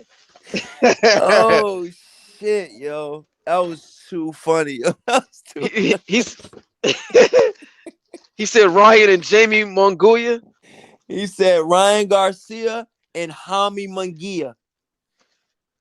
Oh, is that the middleweight? That's the middleweight. Remember, that was the guy that upset Saddam Ali at 154 pounds. He was huge at that weight class. But now he Yeah, moved up to 160, and guys are really hitting him back now. yeah. But he's still undefeated though. He's one. You're right. He's one of actually, surprisingly enough, both guys are, you guessed it, Oscar De La Hoya Golden Boy fighters. What do you know? Yeah, I said probably. Yeah. So what do you? Ryan So he Garcia. named. So he named two fighters for you. He named two Yeah, fighters that are scared. yeah. He named them for you. He damn sure named I them for want. you. I give him that. Yeah. He named them. I I bet you thinking Ryan scared of Tank. Is that what it is, brother? Ryan What'd you scared of say? You're Tank, and breaking up. What'd you say? Hold on. What'd you say? You're can you hear breaking me? up. Can you hear me? Yeah. What'd you say? Yeah. Is he thinking that Ryan scared of Tank Davis? Hey man, get out of here. I mean, everybody got an opinion. What you? You know what I'm saying? I don't I don't know, man. Older guy, a OG had to school me years ago, man. I used to say that stuff. Oh, this fighter scared of that fighter. Yeah. OG had to school me like, look, man, it take a lot of our heart and guts to get into that, square circle. Yeah. So for you to talk about a fighter said another fighter scared. So ever since that, I stopped calling and saying, fighters are scared. Oh, really? Uh-huh. Damn, man. I ain't even know, man. So you don't even play that. You don't even No. play about that no more. Nope. Nope, So I when he don't. said that, it's almost like you could kind of feel like you was like, oh no. Like Yep. that's because the old school guy told you that, no fighter is scared of another fighter. That's how you feel? Yeah, he's like, it take a lot of heart and guts. Would you getting into it? I was like, yeah, I guess you Yeah, got I a good mean, I've point, been man. in So the I just ring stopped doing before, it. I mean, like I Yeah. said, I've been in the ring before, but it's like not all media members have been in the ring before. And you don't have to be in the ring to cover the sport. But Right. some of these fighters, would say, I'm not gonna say they're scared to fight other fighters, but I will say that see an easier fucking road, they're gonna take it. Some fighters Right. do that. I'm being honest with you, DC Right. Mike. Now let's call a Right. spade now. Let's not say none of Right. these. Let's not say all of these fighters took the hard road down. Come on now. Right. Come on now. Come on now. Right. You know. I can If believe you in that, but if just this. you know what I'm saying? But to say bluntly, another fighter scared of this fighter, or Ryan scared of Tank, scared of him? Nah. Shout out to Crypto Colors in the chat, man. Shout out to Crypto Colors and Beatrice Beats. Thank you so much for the super chat donation, man. Thank you guys so much. He says, great show indeed. Hopefully this year we get some good boxing action with an exclamation mark at the end. So that's Beatrice Beats, DC Mike. He donated, man. Thank you, man. Yeah, shouts out to you, Beatrice Beats, man. That was the guy that came up with the scared point. He came up with the point where he was saying that he was saying that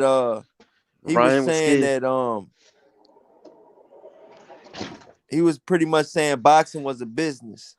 Remember? Okay, okay. Oh, that was him. Okay. No, UGC was UGC Flame was he said ain't no fighter question mark. Oh, that was Flame. That was Flame. Okay. What's up, Flame? Yeah.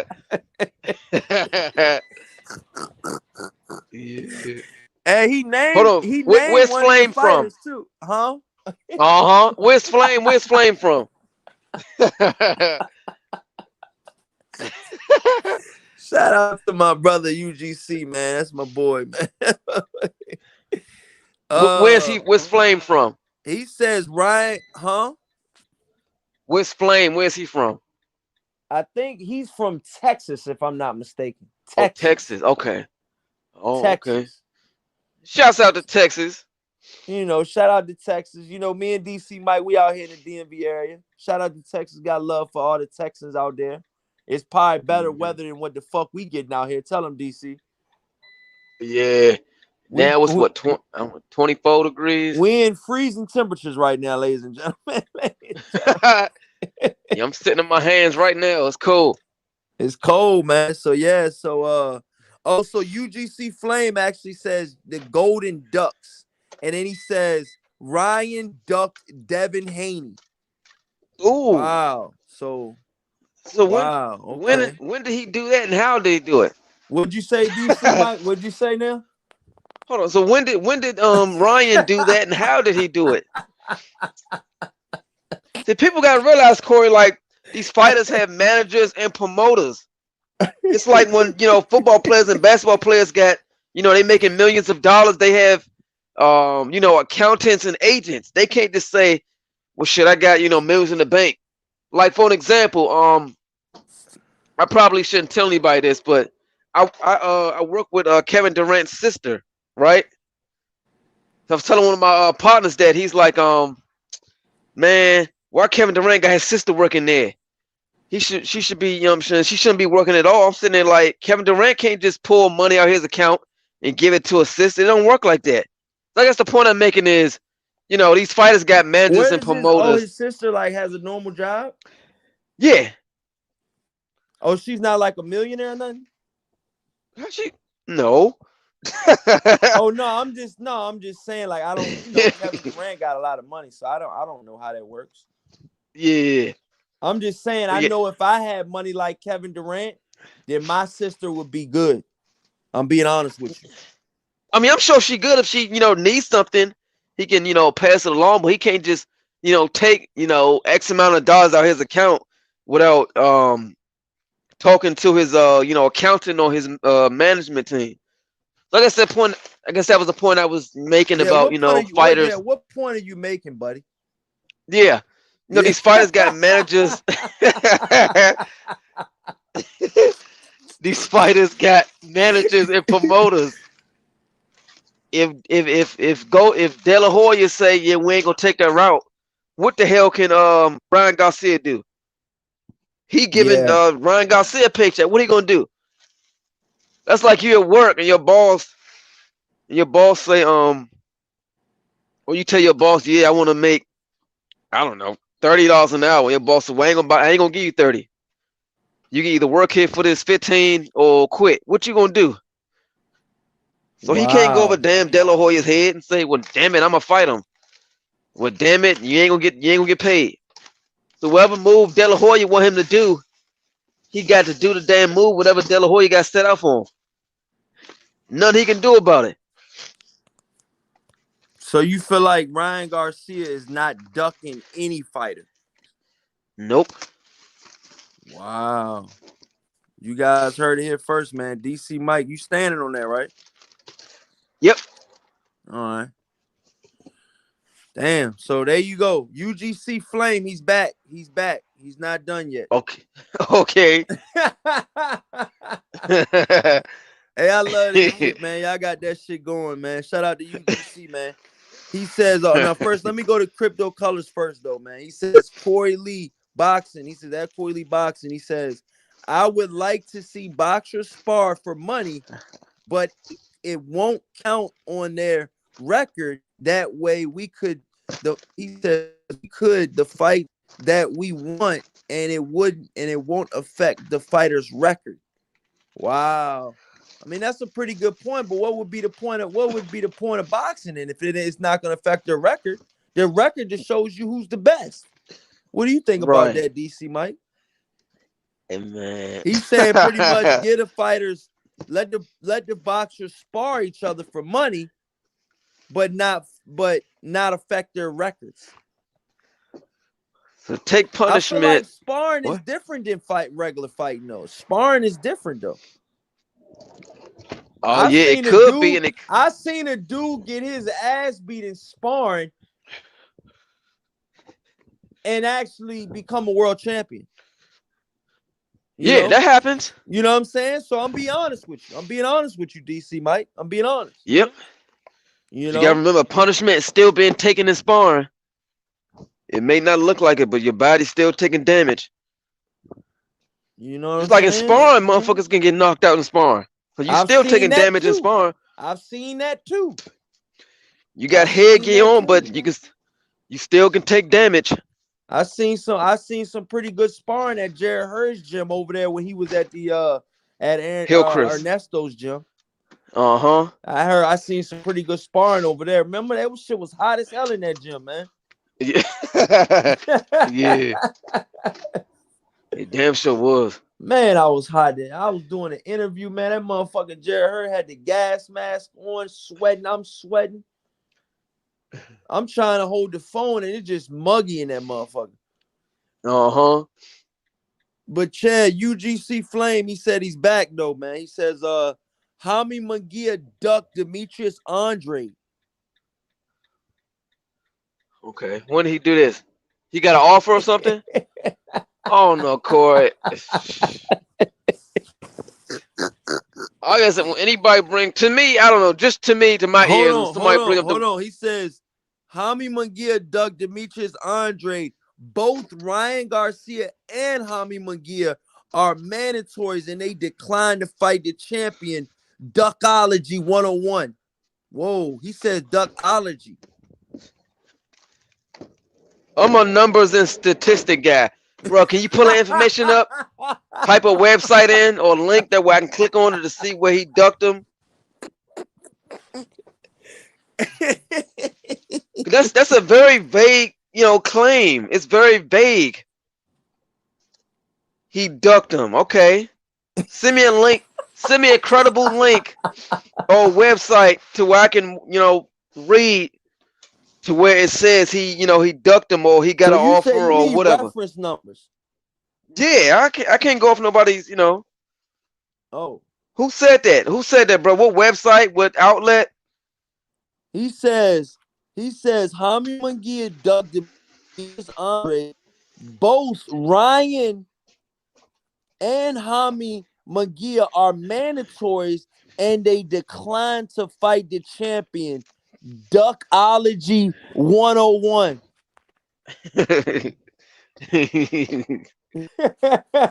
He said duckology. I know that's right. Duckology 101. I don't even know what to say, Corey. Hey, so wait, man, Mongolia, he the champion. He a champion, right? He got a belt, right? he had a belt. He had a belt at 154, and he was the WBO champion. I think at 160, I believe, but he gave it up. I believe. I don't believe he's champion anymore. Okay. So Hami Munguia was champion, I believe. Let me look him up real quick. Let me go to Hami Munguia. Yeah, we got to do our due diligence, Corey. Hami Munguia do you think he's scared of fighters? Do you think he's ducked fighters? No. Hami Munguia, the former 154-pound undefeated champion. He's still undefeated. Nobody still hasn't beaten him. Right. Like I say, man, when you got promoters and managers, they making that call for you. And his manager is Oscar De La Hoya. Yep. They talk it over, and De La Hoya said, ain't no good move. We're going to go this other route. They're coming out De La Hoya's mouth. I'm pretty sure these fighters will fight anybody. They fight you in the street. They fight you anywhere. When you got promoters, they got to, they ain't trying to get in this business to lose no damn money. Yeah, Hami Munguia's 38-0 with 30 knockouts, and he's 25 years old, and he's ranked number 5 in the world in the middleweight division. And he fought. He had the WBO super welterweight title, which is the 154-pound title, and he beat Saddam Ali. Then he beat Liam Smith. He beat him. I remember. Then he beat Brandon Cook. He beat Takashi Inoue, Dennis Hogan, Patrick Aloti, Gary O'Sullivan. Remember Gary O'Sullivan? He knocked out one of our DMV owns, Douglas. Antonio Douglas. Yeah. Antonio Douglas. Knocked him into retirement. Sure did. And this guy's only 25 beating these guys. So Then he beat Terrione Johnson. Remember, Terrione Johnson got knocked out by Curtis Stevenson. Remember? At the last minute. It was like the last minute of the 12th round. And it was so crazy that he hit him with like a knockoff home run. He needed all the bases loaded, and he needed to hit a home run. That's how down he was on the scorecards. And damn, the Curtis Stevenson didn't hurt him and just threw a flurry of punches, and the referee stopped it while Terrione was still standing up. And I'll never forget that fight. And they stopped that fight after that. And Terrione Johnson was just left looking like, what the fuck just happened? I was winning the fight for 12 rounds. Right. Mm-hmm. So what do you think about Jaime Munguia? Is he a duckology 101? That's what he's saying. I mean, shit. And talk to the promoter. I know they the answer nobody wants to hear, but he says the guy who gets paid, UGC Flame says the guy who gets paid more, better promoter, and holds the world title.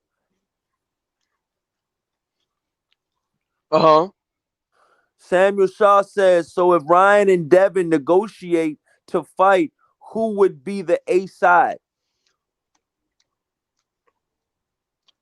I don't know. I think if Devin and Ryan fought,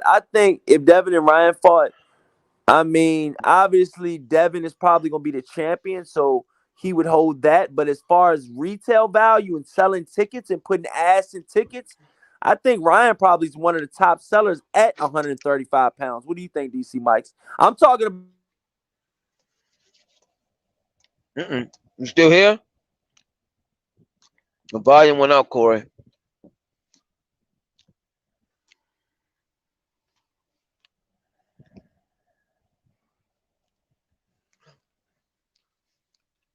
It's cold. Somebody volume went out. Can you hear me? I can hear you now. Yeah, we good. My bad. It says Ryan. UGC says Ryan is the A side of capping.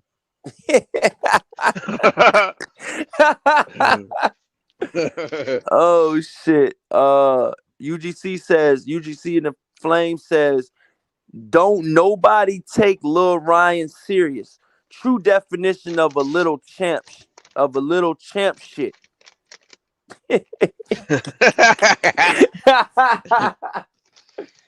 Yo, y'all getting it in today, boy. He says, Samuel Shaw says, well, Shakur wasn't the champion and got paid more than Jamel Herring, so that logic goes out the window. Whoa. Yeah, man. Like on club show level, the B side gets paid more than the A side fighter. I don't know if y'all knew that or not, but what'd you say? On the club show level of boxing, the B side fighters normally get paid more than the A side fighters. So that wasn't surprising. Yeah, that's awesome, man. So what so like right now, what do you guys think? I mean, right now, when it comes down to, who's ducking who and who's fighting who, what are some of your fights coming up? Like what, tonight, you got Joe Smith Jr. versus a late replacement. Where do you see Joe Smith going, and does he fight Archer Betterbeef next if he wins this late replacement fight tonight? Because remember, he was supposed to fight another guy, Colin Johnson. Remember? Yeah. And they had a late replacement, so now they're not fighting anymore because he got COVID. Remember? I think Smith wins tonight. And let me ask you this before we talk about this, man. I just really want to talk about this in the sport of boxing, man. How has COVID played a role in boxing in our sport? Do you think it's played a big role? And let the fans know, man. How do you feel about that? And my personal opinion is I think it's played a huge role, but I'm gonna let you digress. I'm gonna let you speak. I'm gonna let you break that down. Yeah, I think it's played an astronomical role, man, and the big promoters and the club show promoters. Everybody lost money and businesses as well. Everybody losing money. Everybody trying to recoup the money they lost all in 2020. Fighters, not getting paid the same like they once were. And at least on the club show level, fighters used to get, small little purses and, a percentage of ticket sales on a club show level. Now the promoters can only pay them based off ticket sales alone and not even a purse on top of that. So yeah, COVID played a major role, man. Not just in boxing, but in all businesses. At least the, independent businesses and, boxing has lost a hell of a lot of money. Not me so much, but COVID's actually been good to me. Has COVID But been pretty good to you? How the hell does that happen? I mean, as far as as far as the money concerned, you know what I'm saying? Or everybody, some of Oh they, shit! Yeah, losing jobs. I ain't got money. yeah, Businesses losing money. yeah. It wasn't like that for me. For real? Yeah, no, not for me. You don't think so? No, I know so. So I've what been do able you to think? So save. yeah, so tonight Joe Smith Jr. is fighting the late replacement. They're saying if Joe Smith Jr. can win this, they're saying on BoxingNews.com, if Joe Smith Jr. wins tonight, he could fight Canelo Alvarez in May if he wins tonight. What do you think about that? What? Okay, who's he? Remember, I I forgot told who you they. Canelo is. They're talking about since that cruiserweight fight is not going down with Canelo Alvarez. They're saying that Canelo Alvarez could be fighting at 175 next, which Joe Wait a minute, Smith that's Jr. not. has a belt at 175. I was out the loop on that one. He not fighting Makabu anymore. That fight is off because Makabu has a fight that he has to fight, and the guy that he's fighting will not take step aside money. That is correct. Oh, damn. Well, And that's fucked up because Makabu, that would have been a career high payday. That would set his family's family up. He's from he's not from a whole lot of money. Let's just say right, that. right. Wow. When did that happen? All that happened a couple weeks ago. Wow. Yeah, where the hell have you Damn. been at? No, but as I Yeah. digress. Yeah, I've been out the loop on that Canelo situation in Makabu. I wasn't interested in that whatsoever. You But weren't? nah, I wasn't. But So yeah, damn. about Joe Smith tonight. Um, who is Joe Smith fighting again tonight? Who's he fighting? He's fighting Fraud. Uh, I don't know who the other guy is. I know what Joe can do. So I'm gonna pick Joe to win, probably by I don't know, late knockout. Joe Smith is 32 years old. He has an awesome story, you guys. If you guys never heard of Joe Smith Jr., he's got an awesome story. He's actually a city worker. No, union Long worker. Island, New York. Yeah, let him know. Let him know the Joe Smith story. A little bit. I think he's from, I believe, Long Island, New York. Joe I think he's Smith still Jr., work. Long Island, New York. He's 27-3 with one loss coming by knockout. He has 21 knockouts though, and he's a very powerful puncher, I would say, at that Yeah. 175-pound division. He just Hmm. beat Maximum Vlaskov by mid decision for the vacant WBO world light heavyweight title, the same belt that Sergey Kovalev had. Remember the WBO Hmm. when he fought Andre Ward? Remember? So now he's fighting late replacement Steve Gaffrod, and he's 18-2 with 12 knockouts. He just beat Denis Grevchev, which was 20-11. Some of his notable wins. This guy Graffard has fought guys just 5 fights ago, you guys. This guy 5 fights ago, okay? No. 1, 2, 3, 4. Excuse me. 4 fights ago, the guy Joe Smith Jr. is fighting tonight, Steve Gaffrod, fought a guy named William Johnson that was 11 wins. Get this right, you guys. 50 losses and 2 draws. Okay? Just 4 fights ago, he was fighting a guy 11 and 50. 11 and 50. Yeah, you heard that here right. So, you know, for you to fight guys like that, then he fought for a vacant WBO Asian Pacific title. And then you fought, you fought all of the guys this guy Graffitt has fought.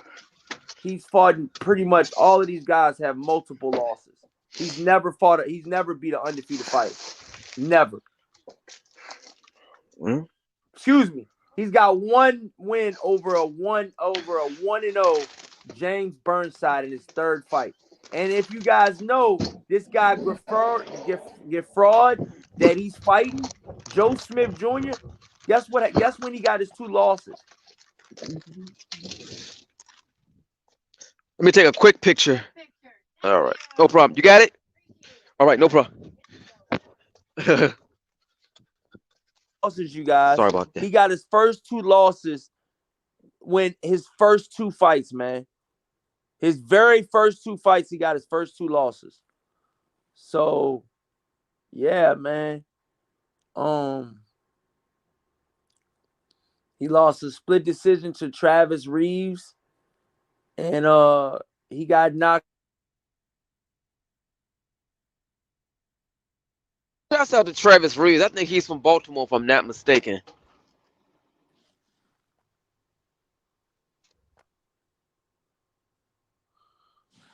DC, you there?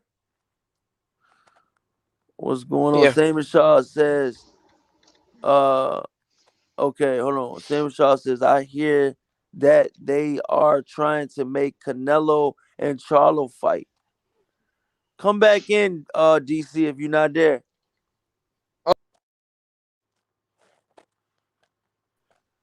I can You there? hear you. Yeah, can you hear me? Yeah, you weren't saying nothing, my bad. Samuel Shaw says, I hear that they are trying to make Canelo and Charlo fight for May. What do you think about that? Another great matchup. And hold on, Joe, This one- before you answer that, Joe Smith, UGC Flame in the chat says, Joe Smith is a humble guy and a good for the sport. Although I think he got a gift victory in his last fight. Samuel Shaw says, I hear that they are trying to make Canelo versus Charlo fight for May. How do you see that fight going down? Jamal Charlo, the undefeated identical twin of Jamal Charlo, is the WBC champion at 168, I believe. And No, now he's 160. moving up. No, he's at 160. Now he's moving up to 168. And they're saying that he might fight Canelo next at 168. How do you see that fight going down? Who do you see winning? Break it down, DC Mike. Let the fans know. So wait, it's 75. So you telling me Canelo gonna move down if he's the A side? They're talking about making the Canelo versus Charlo fight at 168. Oh, I wouldn't move it. If I was Canelo, I'd move. I wouldn't move anyway from the A side. Mind you, Charlo has fought as low as 154 pounds. You know, Right. So Right. If I was him, I wouldn't move anywhere. But I don't know. who's He the gonna put biggest his fighter? Who do you get aside to? Who do you break that fight down? Who do you got winning the fight, DC Mike? Break the fight down, DC. I mean, weight wise, they probably the same walking break the around weight. fight down. Who you got winning? I'm going weight edge. wise, size wise, stylistically. I mean, who you got? Like, you know what I mean? Yeah, obviously Charlo's 6 foot tall, so he's taller. But we all know height don't win fights. They probably the same walking around we definitely weight. know that. Height definitely don't win fights, but it definitely Nah. helps sometimes when you use your range. Right. I don't think Charlo was that good to use his range on Canelo. He literally got to pull a Floyd Mayweather for him to expose the hell out of Canelo.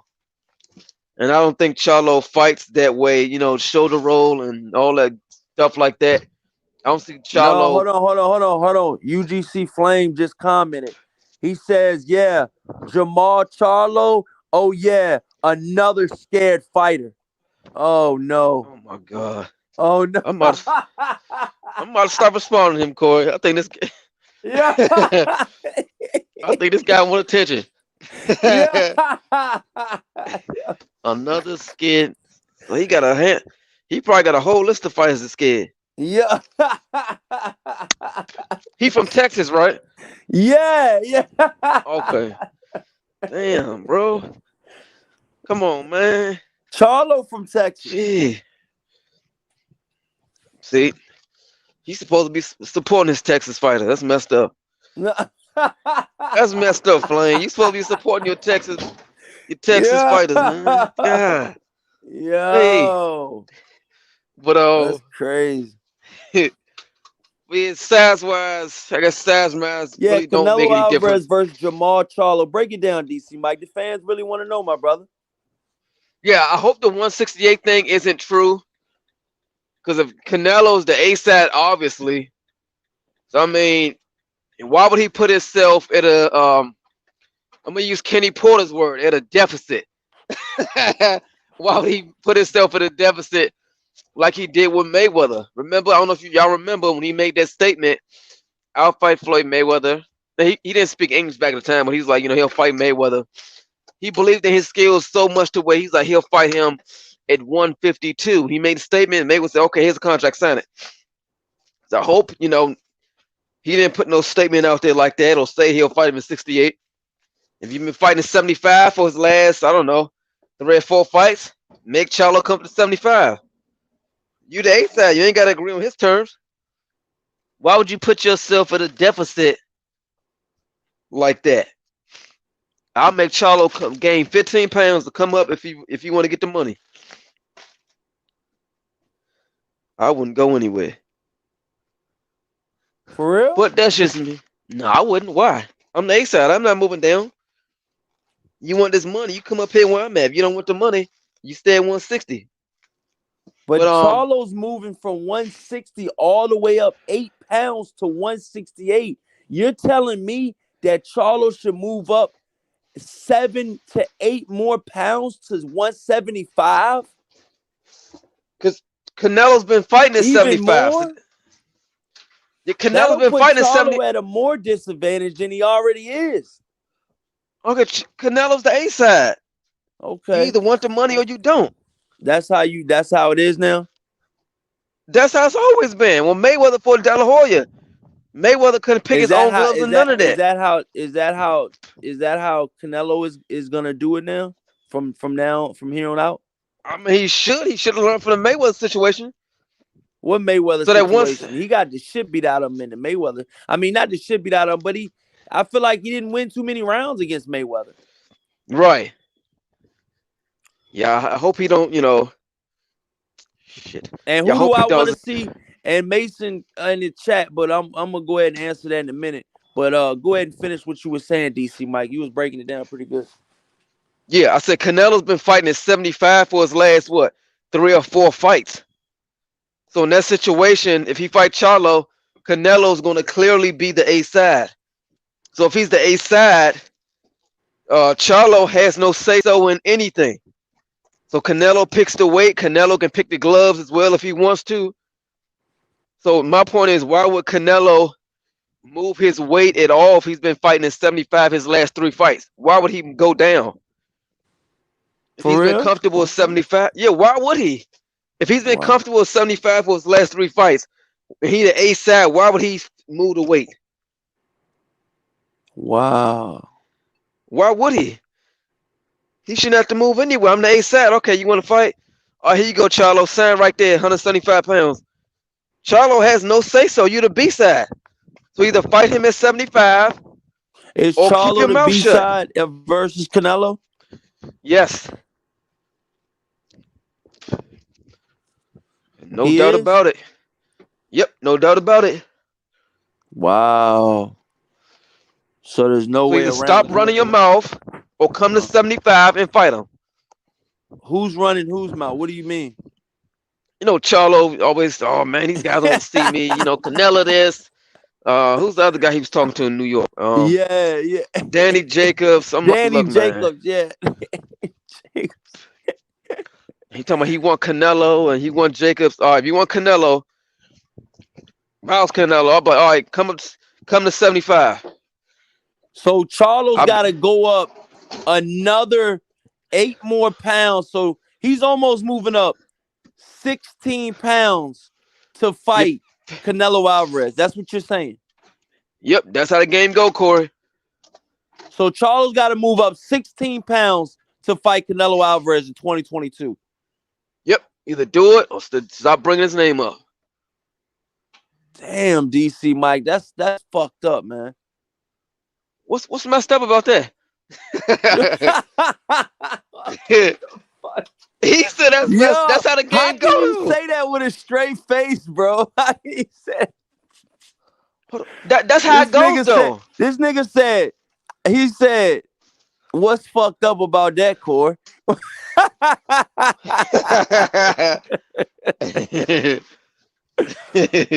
the fuck, dude? He got to move up 16 pounds to a whole 2 different weight classes to fight him. I mean, you don't think that's fucked up a little bit? I mean, what's that saying? You're at a disadvantage, dude. It's fucked up, but it's necessary. So, with that being said, well, let me say this. If the fight goes down at 168, which I think it will, and I don't think Charlo's gonna move up to 175 to fight Canelo.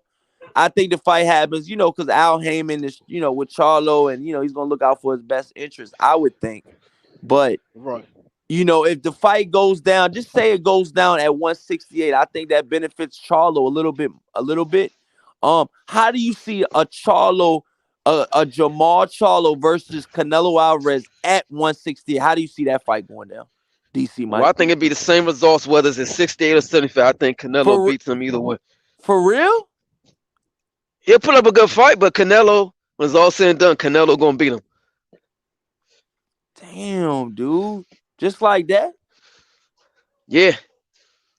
Canelo might not stop him, but he gonna beat him.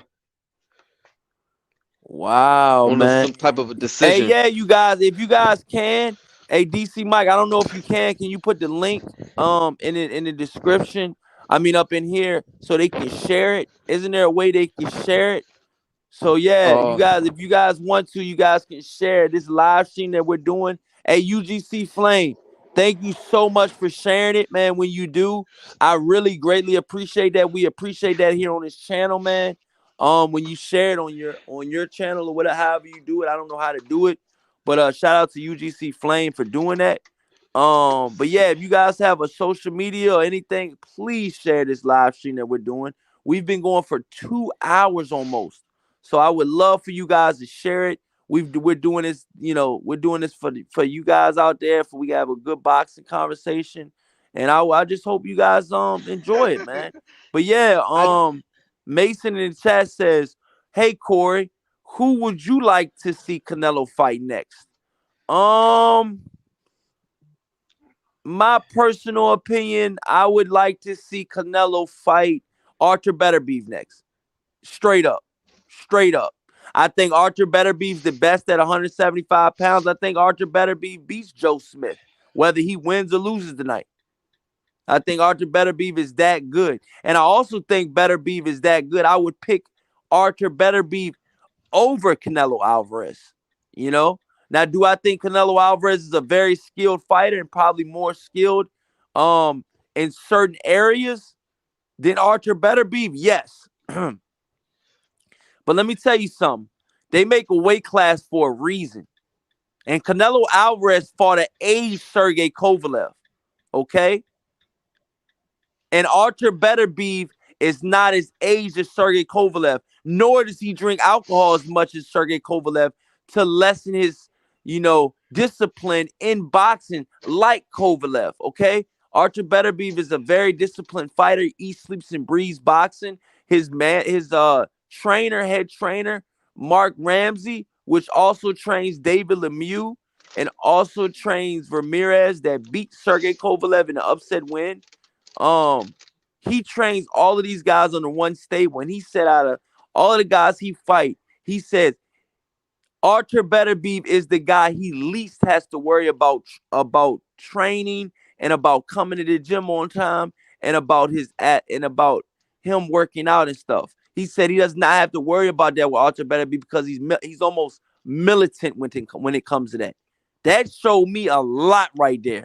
When you don't have to, when a trainer doesn't have to tell a fighter what, certain things to do that he already knows to do it, and he does it. DC Mike, that's half the battle right there, my brother. Right. So I think with that attitude and the motherfucking power that Arthur Beterbiev has, I just feel like I really truly feel that Arthur Beterbiev hits entirely too hard for Canelo to last 12 rounds, man. And if he does last 12 rounds, I don't think Canelo Alvarez will be the same. Not after flush shots of Arthur Beterbiev. I'm sorry. I haven't seen a fighter yet be the same after fighting Arthur Beterbiev. But What do you Arthur Beterbiev, he ain't fighting nobody like Canelo. All them guys he fighting kind of, straight up and down 1, 2, 3 ABC, man. What do you mean 1, 2, 3 ABC, man? Don't start with me, DC Mike, man. I told you about that shit, man.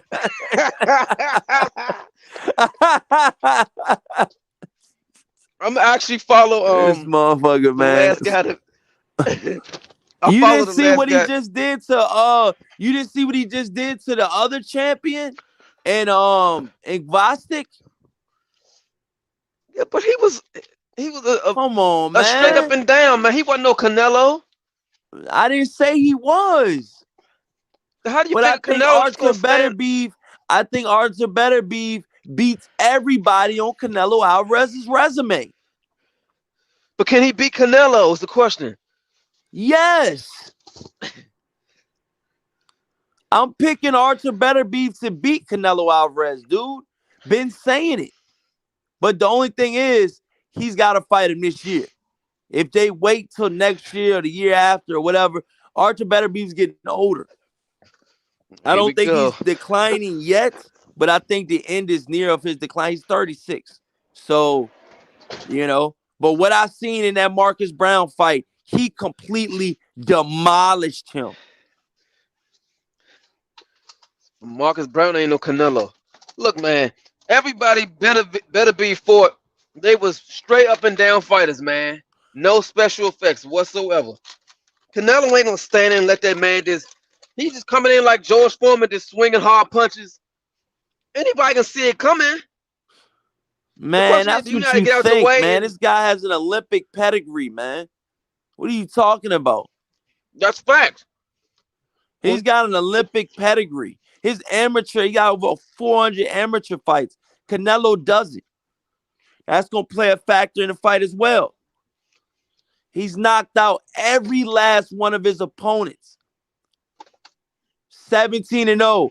17 big wins by way of knockout. Beterbiev is not to be fucked with, man. The only thing you telling me is he got tremendous power. That's all I'm hearing. Yo, come on, man. Come on with that. That's all he got, right? His power. He got the power. What else he got besides that? He ain't messing with Canelo in the skills department. Footwork, he damn sure ain't. So when the power go away, what he got left? But can Canelo take all of those shots at 175 from a guy that can really fight at cruiserweight? He don't need to. So how do you see Beterbiev versus Canelo going in, dude? Like him and Triple G. Some say Triple G beat him in the first fight. So what's up? Yeah, they was talking the same stuff. Triple G hit so hard. So what's up with that? So, that ain't no. I guess Triple G ain't got no special effects either, though, huh? No, he don't. Yeah, but some say he beat Canelo in the first fight. A lot of people say he got robbed. He probably did. But he ain't got no special effects, though, right? Nope. Get the fuck out of here. He coming straight forward and swinging hard punches. He'll take one to give one. Come on, you know he fights like that. Better Beef, he coming in straightforward, just swinging. He Nah, got a hard man. chin. He hits super hard, Nah, so man. strong. Shout out to Evil Green, man. Nah, though, man. I'm telling you right now, Better Beef's different, man. Smash that like button. I probably need to watch him again. Champ Ross says DC Mike backpedaling like Rigondeaux. Yo. What did I backpedal? Yo. What did I backpedal? Yeah. Ice season in the chat. Yeah. Yeah. Y'all What did I hear him, y'all? What are you talking about? I'm confused. Let's see what you talking about. Who would you like to see? Yeah, yeah, shout out to Blackout, man. Shout out to everybody. Crypto Color says at DC Mike, me and you fight 3 rounds at heavyweight, 30,000 for the winner in Corey Lee Boxing Live. On You Corey said Lee at Boxing heavyweight? Live. At heavyweight? Yo, DC Mike is a fucking flyweight, dude. I'm like Gary Russell size, bro. What the hell? Yo, DC Mike fights at fucking the minimum weight class, man. I'm like goddamn 130, man. Man, DC Mike fuck around and fight Shakur Stevenson, man. Yeah, same weight class. Yeah, DC Mike. Heavyweight. DC like, Mike small, man. Yeah. He ain't making no noise. Tell him you do the reporting. I can't even touch 150, brother. Yep. UGC Flame says Better Beef ain't beating Canelo, Corey. I don't think so. Crypto Color says I would like to see Corey fight Canelo for that bag. Yo. Samuel Shaw says I got Canelo beating Better Beef. I wasn't impressed with his last 2 performances. You wasn't impressed with who Better Beef's last 2 performances? He beat the shit out of Marcus Brown. I mean, dude. You know how they say Marcus Brown had a problem beating women? He might not be doing it anymore after that ass whooping. Just saying. That was an ass whooping. Man, it's coming in swinging. The other guy standing there just blocking, standing there blocking. I'm like, come on, man. If you're going to stand, let the guy just continue to swing. And you can't, man. Canelo ain't going to stand and let that man do that. You don't think so? Why would he? No. Have you ever seen Canelo stand and let somebody just repeatedly punch on him? I mean, you guys got to understand, though, man. You know, Canelo Alvarez, yes, he's a good fighter. But you got to understand there's levels to this shit. So, you know, what special effects do Better Beef have? Huh? What special effects do Better Beef have? Better Beef has he has the icing on the cake, baby. What is that? And that's them motherfucking fists and that power, man. You know? Yeah, that's what I said. Yeah, but everybody has a plan, DC Mike, until they get hit in the fucking face. You get hit in the face by Better Beef, and let me see how the fuck you talking. I know. Shit, dude. Yo, shout out to the Cash App. Somebody Cash App me, man. Thank you. Thank you so much, man. Somebody Cash App me in the Cash App. I appreciate that. I'm gonna put my Cash App in the description just in case you guys don't know it. They're gonna say if you had your computer core, you can do the little ticker thing. What? Once you get your StreamYard on your computer, you can put a ticker up with your Cash App flying across the screen. Yeah, once I get this laptop, y'all, I'm supposed to get this laptop either this week or next week. So after that, What's up, Ronald Finkley? Salute, my brother. Shout out to I remember Ronald Finkley. Man. Yeah. I ain't seen him in a good minute. What's up, Ronald? Yeah, shout out to Ronald Finkley, man. Good guy, man. Shout out to my brother Ronald Finkley in the chat, man. No doubt. Crypto Color says CORYLEEBOXING. Do you think a woman boxer at 147 can beat a man boxer that's What? 130 in a real boxing fight? Fuck no, not if What? they're both professionals. What kind of question was that? Yeah, what's up with the questions, Crypto Colors? Crypto, what's up, bro? And what woman you referring to? If it ain't Clarissa Shields, then you can Yeah. just hang it up. Now, Clarissa Shields could now, if you want to throw that out there, if we're on that topic, I think Clarissa Shields could possibly beat a dude. I'm being honest. That's in a Yeah. lower weight class. In like a probably 135 or something. Yeah, could you see that, DC? I could see that. Yeah, I could. Which sounds crazy, but yeah. Yo, Evil Green says Corey Lee still has a 99 Microsoft computer. Hey, yo, Damn. chill, bruh. Yeah, I got an old school computer, man. I gotta I gotta definitely tighten it up, man. I gotta get a newer computer, man, for sure. So I can give you guys the best content, so I can, edit it the right way and have everything pretty much working the way I wanted to work, you guys. Champ Ross says Crypto put that blunt down immediately. He says Crypto Colors put that. That's the guy that's asking about the women fighting the men and shit. Oh Lord. Champ Ross says Yeah. Better Beef got that equalizer. Nobody has stood up to it yet. Good point, Crypto Colors. Remember, Crypto Colors knows his boxing. He's in the boxing prediction league. Okay, that's what's up. Yeah, Nobody he's stood up actually to the it yet. ones that runs it. Hey, Champ Ross, I'm trying to get DC Mike in the prediction league. So if you can, try to get DC Mike. He's on DC Mike's on Instagram, on Yeah. at DC Mike TV, right? Yep. Yeah, because Champ Ross, you need to hit him up, man, so he can come in and check prediction league. Isn't today the first week? I think today's the first week of the new season, DC Mike. So you might came in right in time. Okay. Samuel Shaw says Marcus Brownie against Better Beef was touching Better Beef. He should have gotten Brown out earlier, and Adam Dennis gave him a tough fight, and I never heard of the guy. It be the guys that you never heard of, those Samuel Shaw, that'll give you the toughest fight of your career because you don't know a lot about him. And that's why I'm saying this late replacement that Joe Smith is fighting tonight. He's fighting the late replacement. So we got to see how that goes down.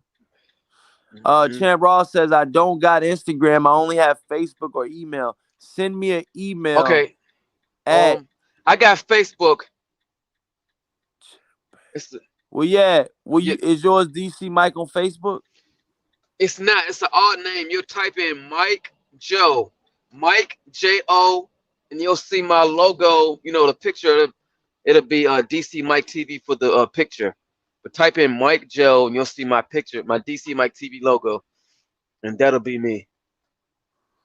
Yeah, man. You heard it here first, you guys. Let everybody know where to follow you at, though, man. I think we're gonna wrap it up. We've been on a live stream for 2 hours and 13 minutes. I think we pretty much summed up enough. Yep. Y'all see my logo, DC Mike TV logo right there. Like I said, Mike Joe, J-O on Facebook. You'll see that logo. You can send me a friend request. And DC Mike TV on Instagram. And Corey, whenever we get off here, I gotta give you a quick call. Okay. I talked to Mr. White, and he gave me a rebuttal. So when we get off, I'll call you once it's in. Okay then, but no problem, my brother. But yeah, man, I just want to give a special shout out to DC Mike, and I want to thank you guys for watching CORYLEEBOXING. You've definitely been hit with another banger. So peace out, you guys. Thank you guys so much for watching, man. And until next time, you guys.